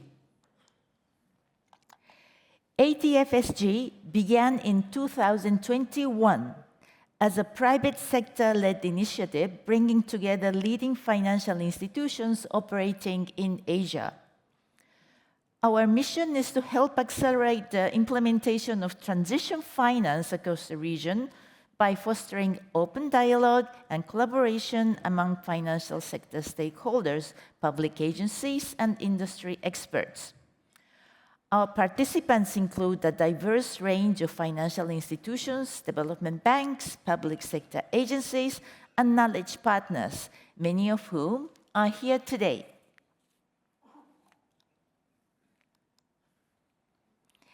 Now, what ATF-SG has to offer in order to achieve its mission for a just and orderly transition in Asia?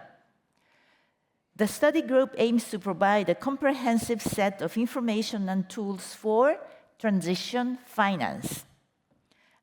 Right now, transition finance in Asia remains modest, partly due to diverse national rules and standards, and also awareness that is still developing around what constitutes credible transition activities.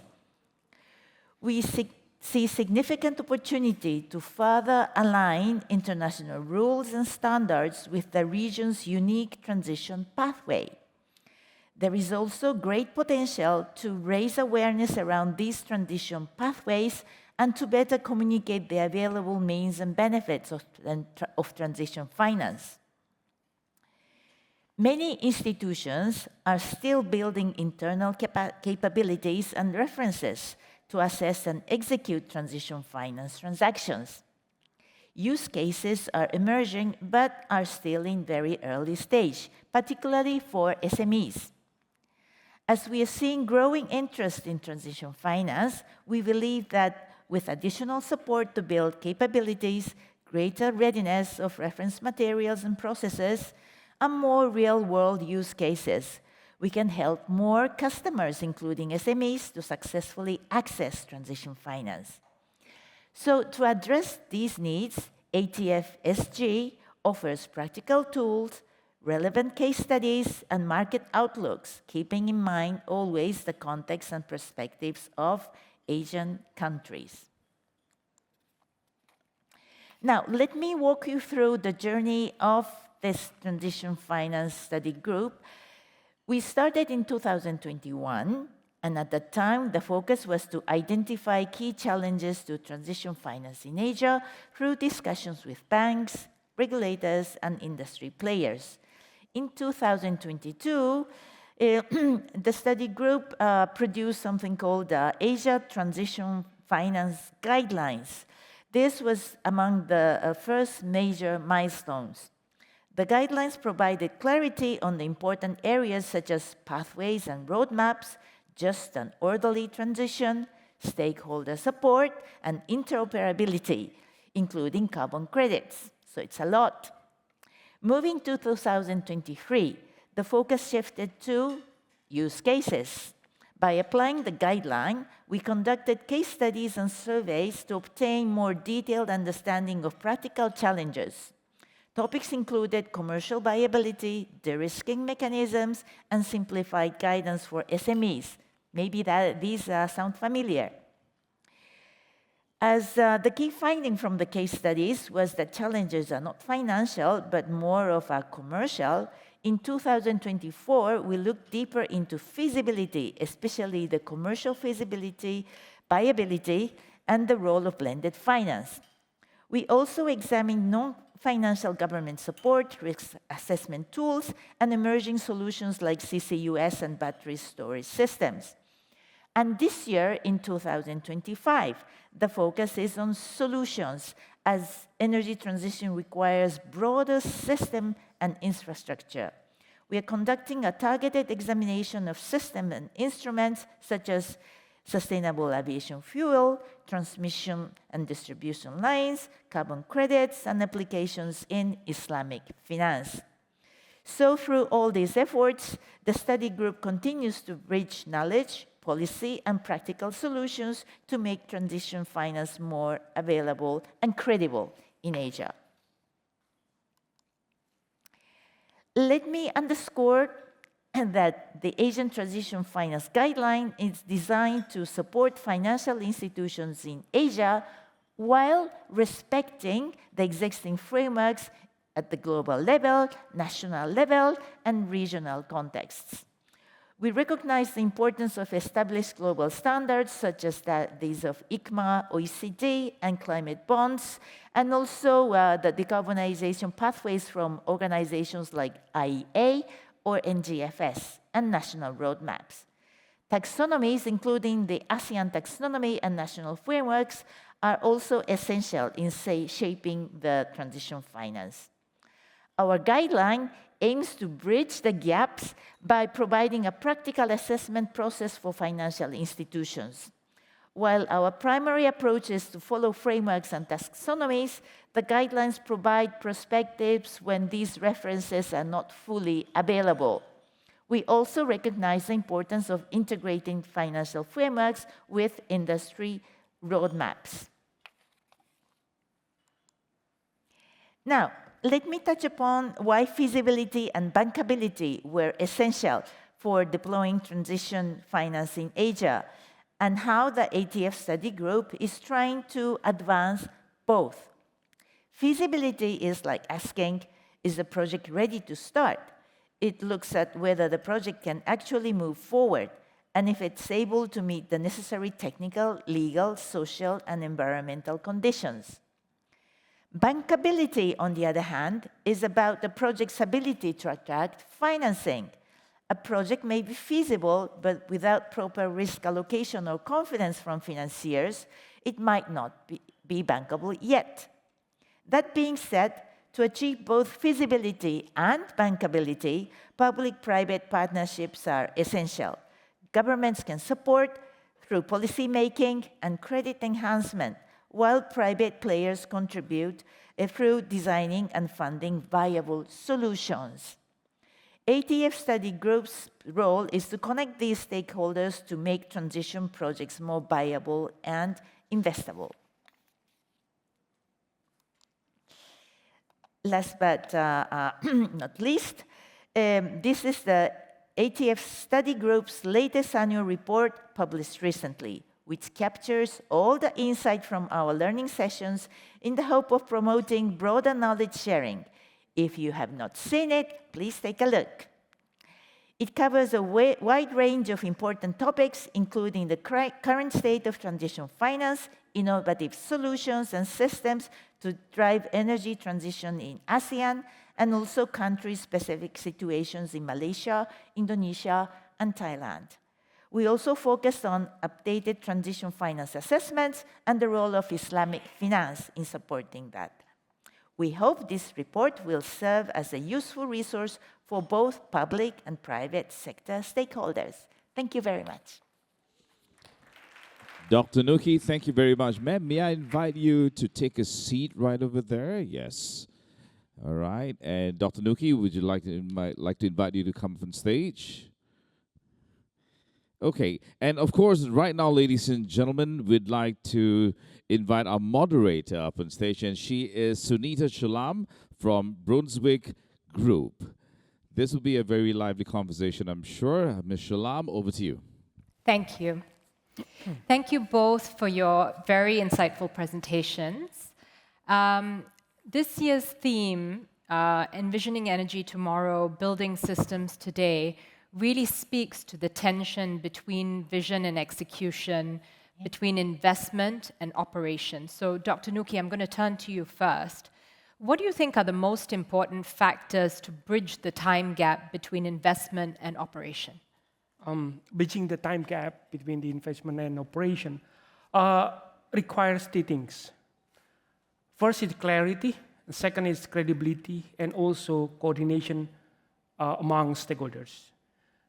In this context, the commitments by the government is also very crucial, otherwise it will fall apart. On the clarity of long-term policy signals, we understand that investors need confidence that today's regulatory and pricing frameworks will remain stable. And second, credible transition pathways. Technologies must be supported by measurable performance data and also clear taxonomies aligned with government policies, and so that financiers can evaluate risk and also return early on. And the third, the coordination among policymakers, utilities, and also investors, aligning planning, permitting, and also offtake agreements from the start will help prevent delays between financial close and operation. I think bridging the gap between finance and operation definitely translating policy ambition into bankable project, as Mikumi-san just mentioned. Thank you. Thank you. Dr. Muto, I'm going to turn to you now. You spoke at some length about AREA and the ATFSG's contributions to implement transition finance in the region. What do you see as being the next steps? You talked about the progress made between 2021 and 2025. What are the next steps for you? Yeah. Thank you very much. So the Asian Transition Finance Study Group accumulated a lot of case studies and interpretations to align this transition thinking. The stability of this alignment is very key in bridging the gap, in particular in the time spacing of the activities. Now that that effort has been done, thank you to the brain power of ADI in supporting all that. It's time to work on case, not studies, implementation. And I think we need a convening power. ADI, or maybe ADB, can be great partners that have the convening power for people, stakeholders to come together to implement great cases. Thank you very much. Thank you. Dr. Nuki, I'm going to try and squeeze in one more question. You've mentioned that Asia's transition often stalls between feasibility and bankability, and Dr. Muto spoke about that as well. What specific policies or regional mechanisms do you think could help reduce that gap? We can start with the involving all of the stakeholders into the whole project phases. We have a lot of good example on this case. We're developing a project in the island system. We call it microgrids island off-grid in this case, and we work with the governments. And government already developing policy, or local policy and regulation on that. And starting from the pre-feasibility studies and going to feasibility studies, pilot projects, we invite financial institutions to be part of this. Over there, we can discuss what will be the challenge on the processes. And I hope between project implementers as well as the financial institution, they can understand what can be, the element can be improved. And hopefully, in the end, there will be financial closing. So this kind of approach we've been doing for many years. And also back during my leadership in ASEAN Center for Energy, I did also with industrial sectors under the grant from GCF and KDB, the volunteer from GCF. We did also the same thing, implementing the project involving financial institutions since beginning. So that's how we try to do, and hopefully it will work. Thank you both so much for your insights. I think we've heard today that bridging investment and operation in transition finance requires clearly not just capital, but as you've said, Dr. Nuki, clarity, credibility, and coordination between stakeholders. Certainly not an easy task, but I wish you both the very best in achieving this in the future.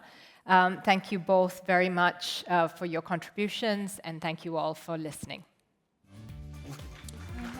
And thank you, Sunita, for facilitating that conversation. Thank you.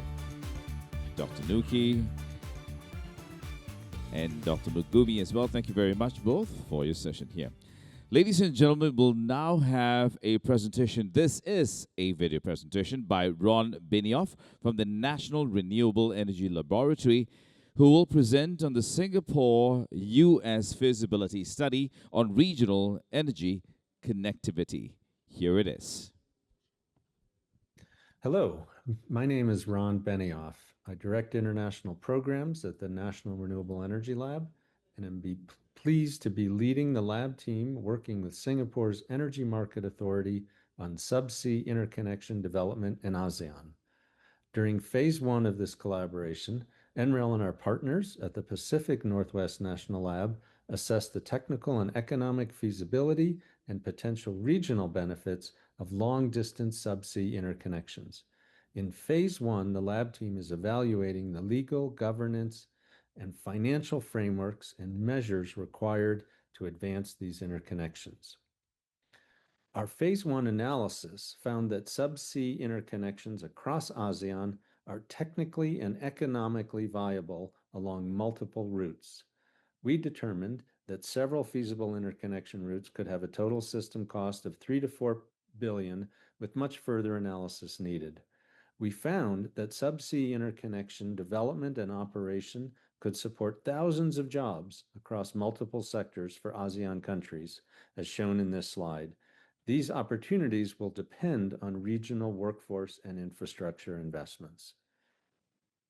While phase 1 demonstrated that subsea interconnections are technically and economically feasible, successful development and operation of this interconnection infrastructure will depend on establishing strong, regionally appropriate legal, regulatory, and governance frameworks.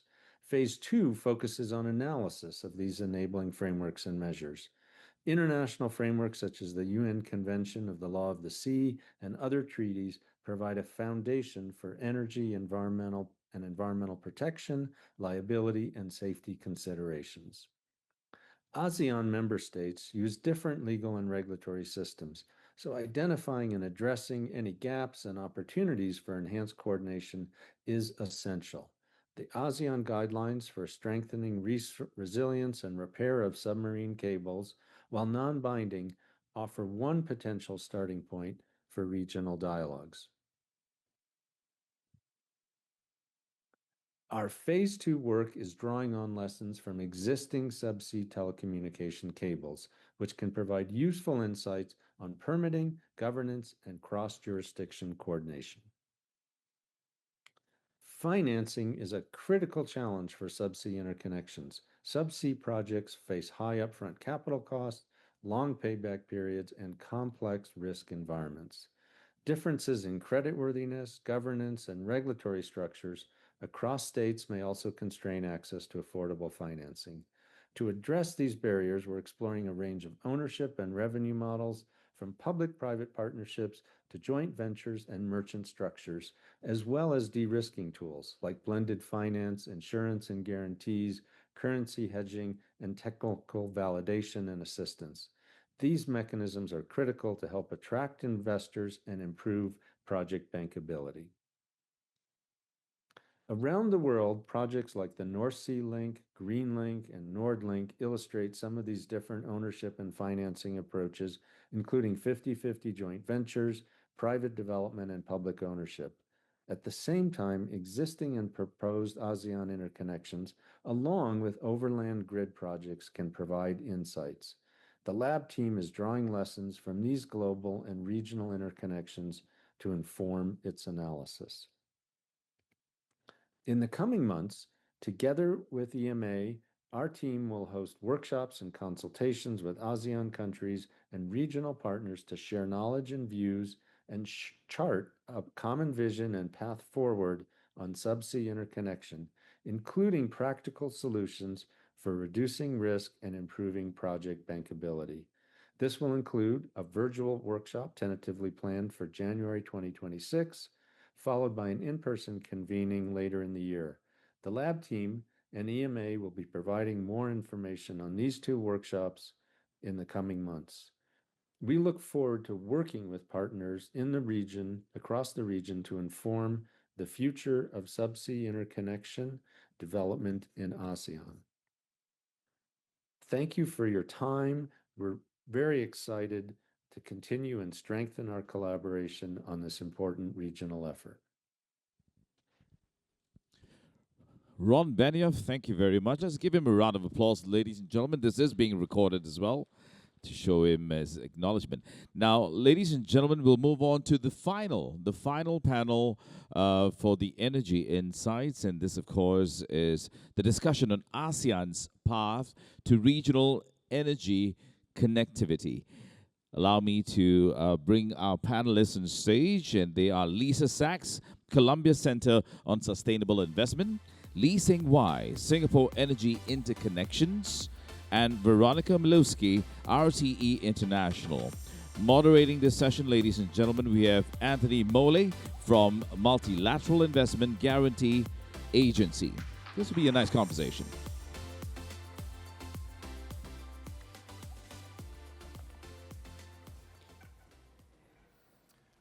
Good afternoon, everyone.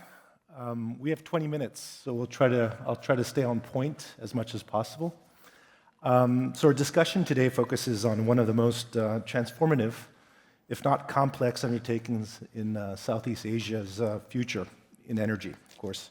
That's building truly integrated regional power system. The Asian power grid and related interconnection efforts are not just about energy security and decarbonization. They're also about regional competitiveness, powering digital infrastructure, critical minerals, and clean transport corridors. So in the next 20 minutes, we'll explore three things: why this moment matters, how regional interconnections can move from vision to actual implementation, and what it will take to attract the investments needed for it to take off. So let's start with the big picture. Lisa, you've been working closely with the Asian Center for Energy on the next phase of regional integration. So what's changed politically, economically, institutionally that makes now the moment to push for truly regional low-carbon energy systems? Yeah, thank you so much. It really has been an extraordinarily exciting year working with the ASEAN Center for Energy, ACE. I think what's changed is the recognition, really, this year that the only way for ASEAN to meet its rapidly growing energy demand in the most reliable, resilient, secure, affordable, and competitive way is through regional integration. Every one of those imperatives now points in the same direction. And actually, that is even more evident and made even more feasible by the growth of the industrial sectors in the region. The rapidly growing data centers and digital infrastructure, the mineral-based industrial corridors, the growth of low-carbon fuel.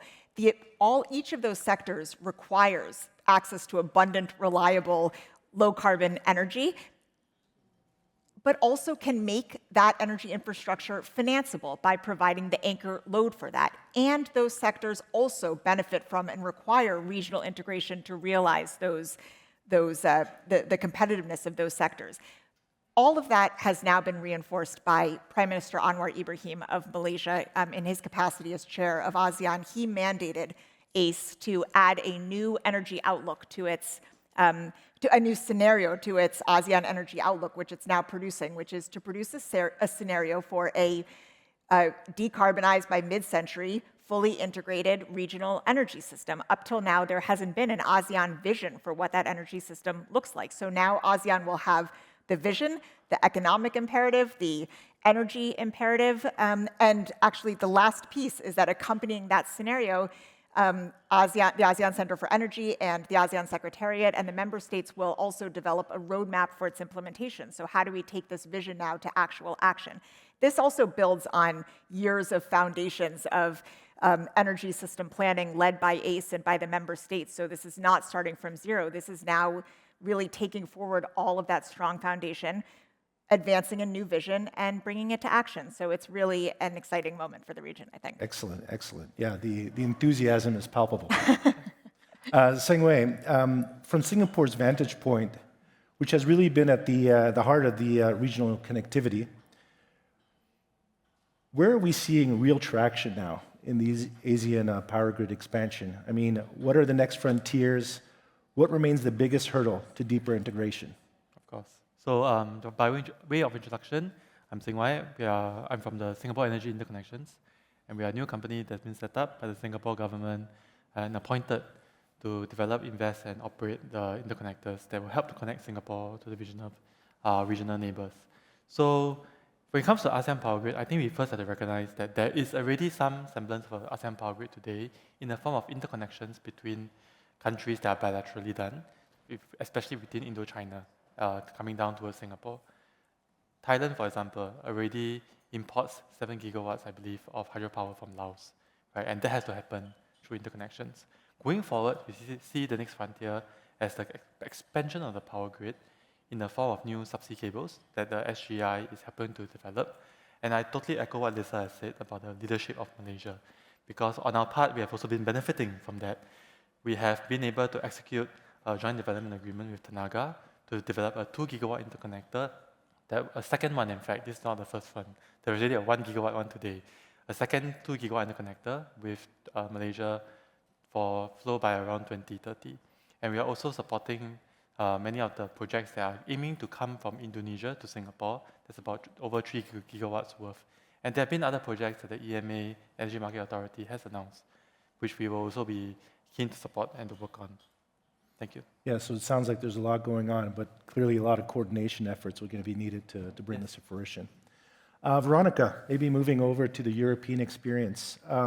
Europe went through its own long journey to link national grids and create a single electricity market. What lessons from Europe can you share with us here in terms of governance, cost allocation, or just trust building that may help ASEAN get across the gap here? Yeah. So first of all, thanks to the audience to be here during lunchtime. I think I really value your effort with hungry stomachs to listen to our topics. As you said, there are lessons to learn from the European experience, and we had to learn it the hard way. In 2006, there was a German transmission system operator that switched off a transmission line in order to let a boat pass. So this was a routine operation, nothing special, planned outage, but through a cascading impact, at the end of the day, 15 million Europeans lost electricity. And this is because the transmission system operator did not have the visibility of the whole grid, but just on his part. And so this really shows you the importance to share data, to have a common grid model that is shared throughout the countries, because otherwise you cannot see the risks that you are taking as transmission system operator. So I would say this is really the first and most important lesson is to share the same vision of the grid. The second step was then to build common operational rules, to share the way that the systems are operated. So it's outage planning, frequency management, how to connect an asset. This is really important because this also creates trust between transmission system operators, which is really important. And just when you have this visibility and this predictability, then you can go on building common markets. In Europe, it started with bilateral agreements. Now we have a very sophisticated day-ahead market coupling, which really optimizes the flows between supply, demand, and network constraints. But it took really time to build. It's based on very sophisticated IT and data exchange tools. And so to conclude, my message would be, it's not the size that matters, but really the sequence. And you need to get this right in order to build up a reliable system. Yeah, excellent. And what I'm hearing as well is, it's transparency, right? To achieve this harmonization across the different countries, you need to be transparent. And, energy being a national priority for most countries, it's sometimes difficult to harmonize across different countries, but it's definitely going to be key to get this integration done. And maybe to switch gears now, we're hearing that there's momentum, which is great. There's political will. But the last piece of the equation is usually capital. And how do we bring in that private capital, or just any capital for that matter, to support these type of initiatives is actually quite the challenge. And so maybe I'll start with Lisa. Lisa, what institutional or policy reforms could help unlock financing at scale while ensuring that connectivity supports just and sustainable outcomes? Yeah, well, every part of this excites me, but financing has been my focus. So I am particularly excited about what ASEAN can do in this respect. I think the harmonization, or at least clarity around the regulatory framework and how we manage power sharing among 10 differently situated, now 11 actually differently situated economies, is clearly critical to make the transition financeable. But what I would emphasize is the need for a real financing framework that helps the region and its partners, including the regional development banks, but also the private sector, think about how the full energy system gets financed fully and affordably. The affordably is critical because unlike in Europe, here the cost of capital is extremely high. And when the cost of, or I should say it is high, it's comparatively very high. And the comparatively higher cost of capital can make clean energy infrastructure not affordable.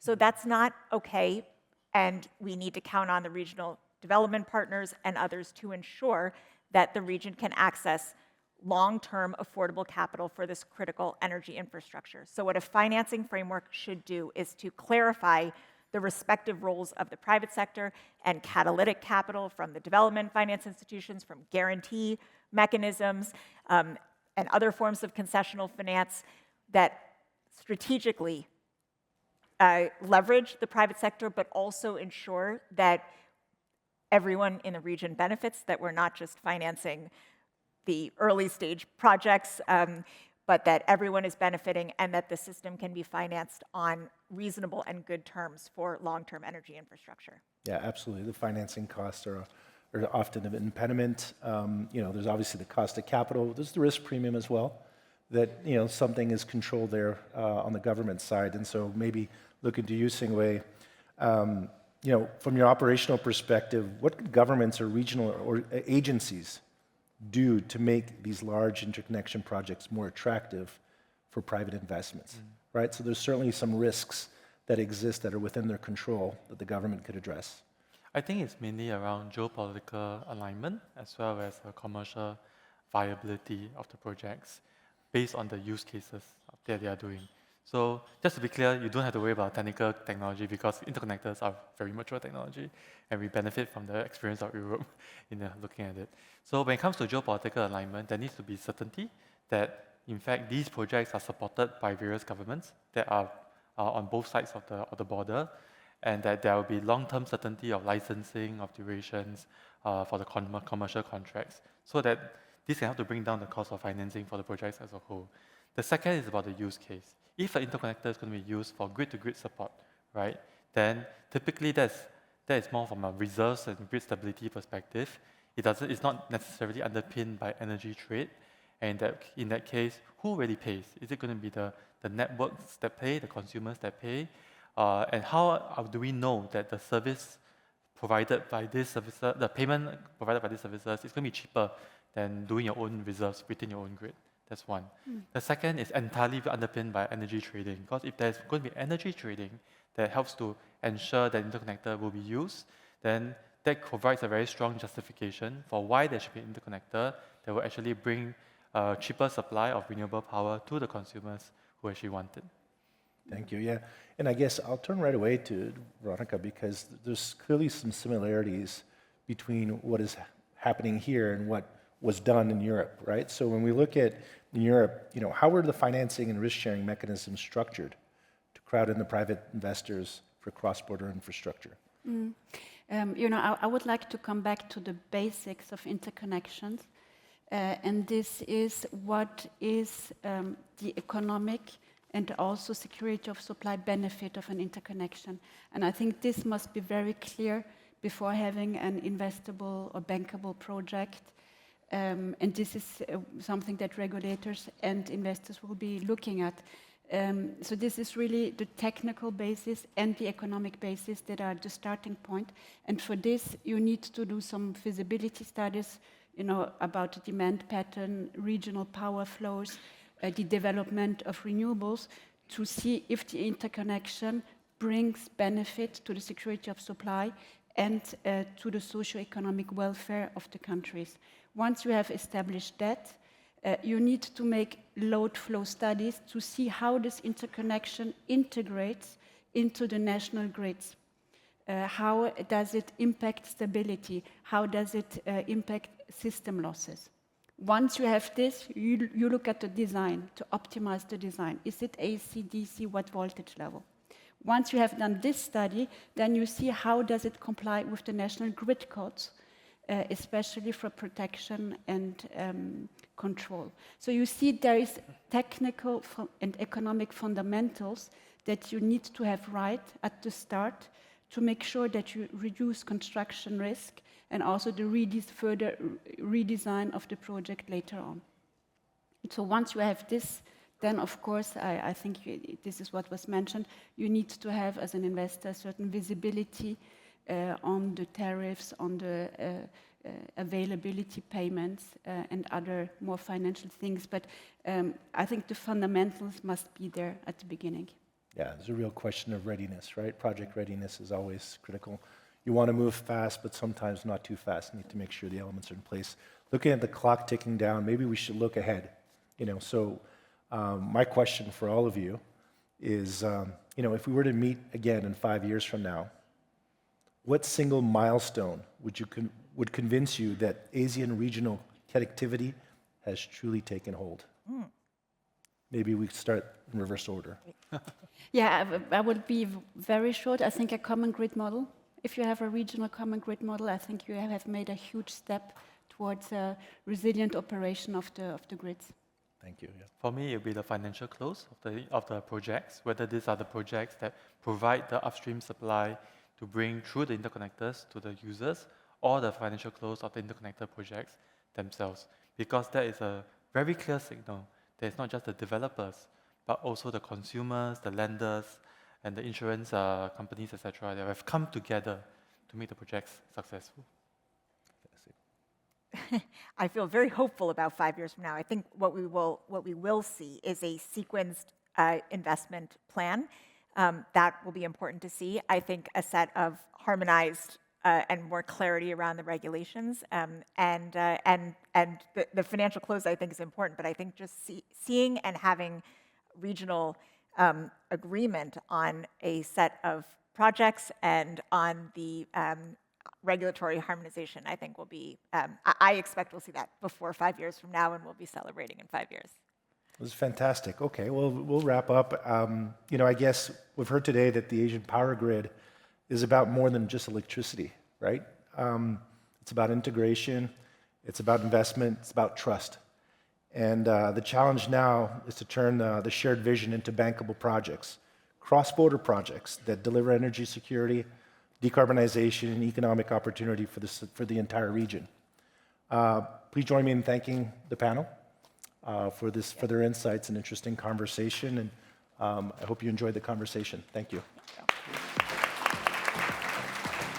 Thank you very much, Anthony. Thank you, panelists. Thank you. As Anthony has mentioned, ladies and gentlemen, this is the last panel.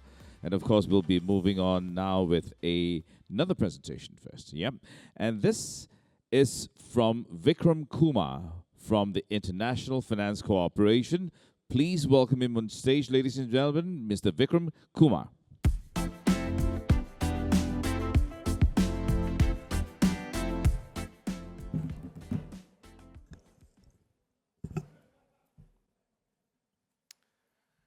Good afternoon, everybody. I think I actually thoroughly enjoyed the last panel discussion. I learned a lot.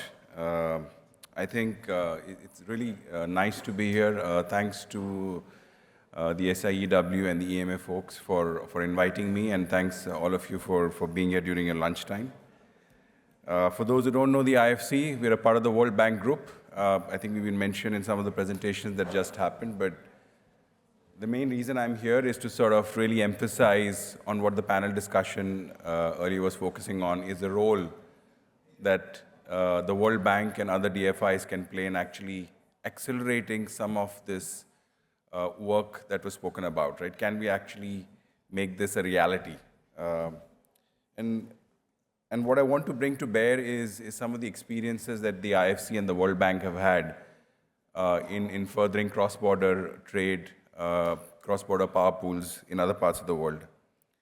And as the last panel clearly mentioned, sorry, let me move the presentation. Sorry. Just keeping it very simple, right? We're talking about hard infrastructure and soft infrastructure. The hard infrastructure was spoken about, you know, the HVDC lines, the interconnectors. Do we have that in place, whether it's subsea or it's existing between Laos, Thailand, Malaysia, Singapore, which exists, by the way.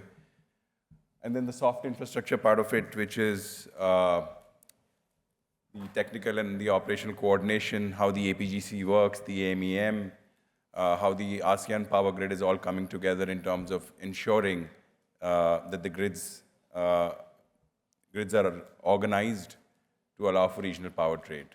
And a lot of this is there is a technical aspect to it, as I mentioned earlier, about grid codes, market platforms, settlement systems. A lot of it is about political commitment. And I think it was the crux of the discussion, effectively, is how do you come together as a team and actually make this happen? My sense, and again, I'm not the expert in this space, is we need real transactions. We need real investments to actually show how this is being done. It's being done in small quantities at the bilateral trade level, but can we expand it to the multilateral trade level?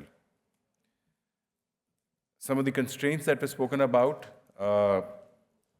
clearly financing is a big constraint, and why so? I think in each of these markets, you have state-owned enterprises, which effectively are strong SOEs, but who pays for what, right? That becomes the big question mark. What are the cash flows that an institution like IFC can finance? And even where private sector participation is allowed, the uncertainty around ownership, operationalizing assets, the lead times, revenue streams, again, all of the stuff that the panel before spoke about, makes it really difficult to come up with bankable projects for interconnection. Our experience as World Bank has shown, as I mentioned earlier, political will and commitment drives this. And of course, that's sort of overlaid by regional interconnections. And our experience shows us that where it's worked is where there is a history of trading with each other across other goods and services, groups of nations with common political and historical backgrounds, and regional economic communities. And the ASEAN couldn't be a better example of that. I did want to give you a few quick examples of what we've done in terms of supporting regional power pools. Some of them were again mentioned. The CPAC in Central America. We work with 6 Central American governments to analyze the challenges and opportunities of interconnecting power grids. We helped develop the South African Power Pool in 2021, where the World Bank Group provided technical assistance and policy support and financing to the SAPP and regional partners. There was a blended finance facility of $1.3 billion that was used to support cross-border transmission projects.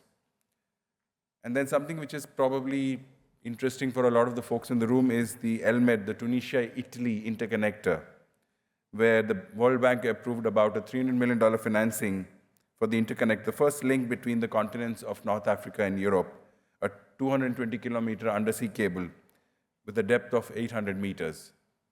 That's something that we want to do in this part of the world. So clearly we have experience of doing this, but we have not able to translate that experience into results in ASEAN. So the question is, what will it take, right? Just to finish my short presentation, right? Power generation assets. I think there's a lot of entrepreneurial capacity to support IPPs where there is demand. And demand is not an issue in the ASEAN today, right? We're seeing data centers come up in Malaysia in a big way. Johor Bahru itself is looking at close to 2 gigawatts of firm capacity, firm demand coming up in the next 24 months, right?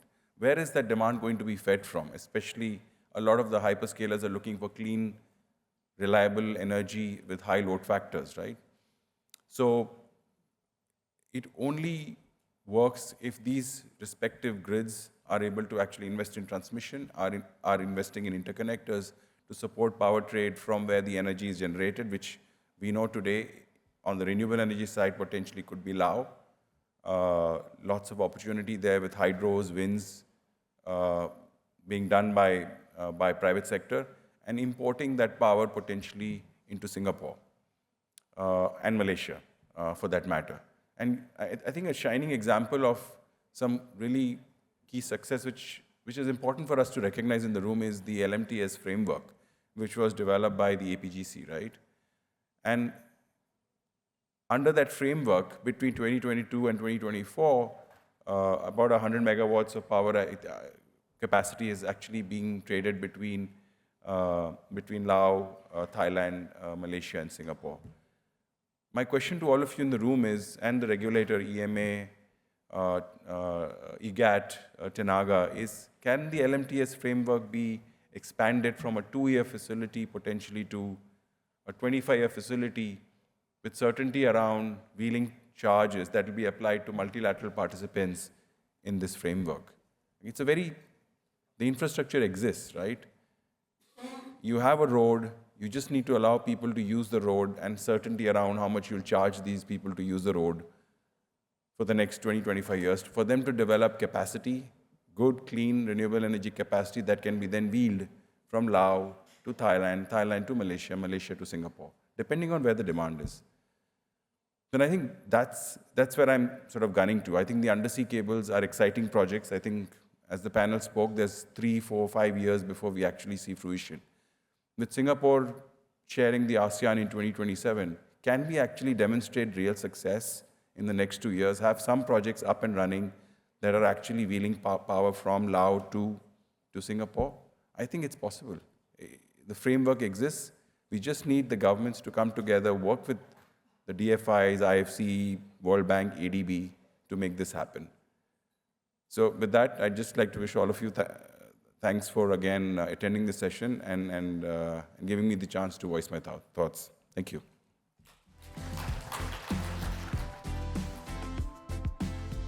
Thank you, Vikram. Thank you.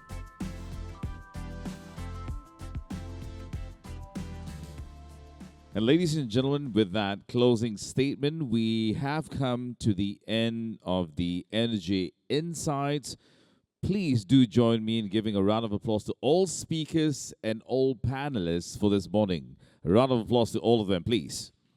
Thank you. Just a couple of housekeeping announcements before you take your leave. A SIEW Tech Table will be happening right here in this ballroom from 2 p.m. onwards. So for those of you who have signed up for that, we'll see you back here in this ballroom. And of course, in that we'll have exciting discussions designed to explore bridging the gap between innovation and implementations, creating actionable frameworks to realize tomorrow energy systems while advancing concrete solutions today. That will be a very exciting conversation as well, ladies and gentlemen. SIEW Connects, the reception this evening at Milo, and that happens from 6 p.m. onwards. Again, your tags are essential for the entry to Milo. So we'll see you back here at 2 p.m., ladies and gentlemen. This would be for the SIEW Tech Table. This is Ravi saying thank you. I'll see you later.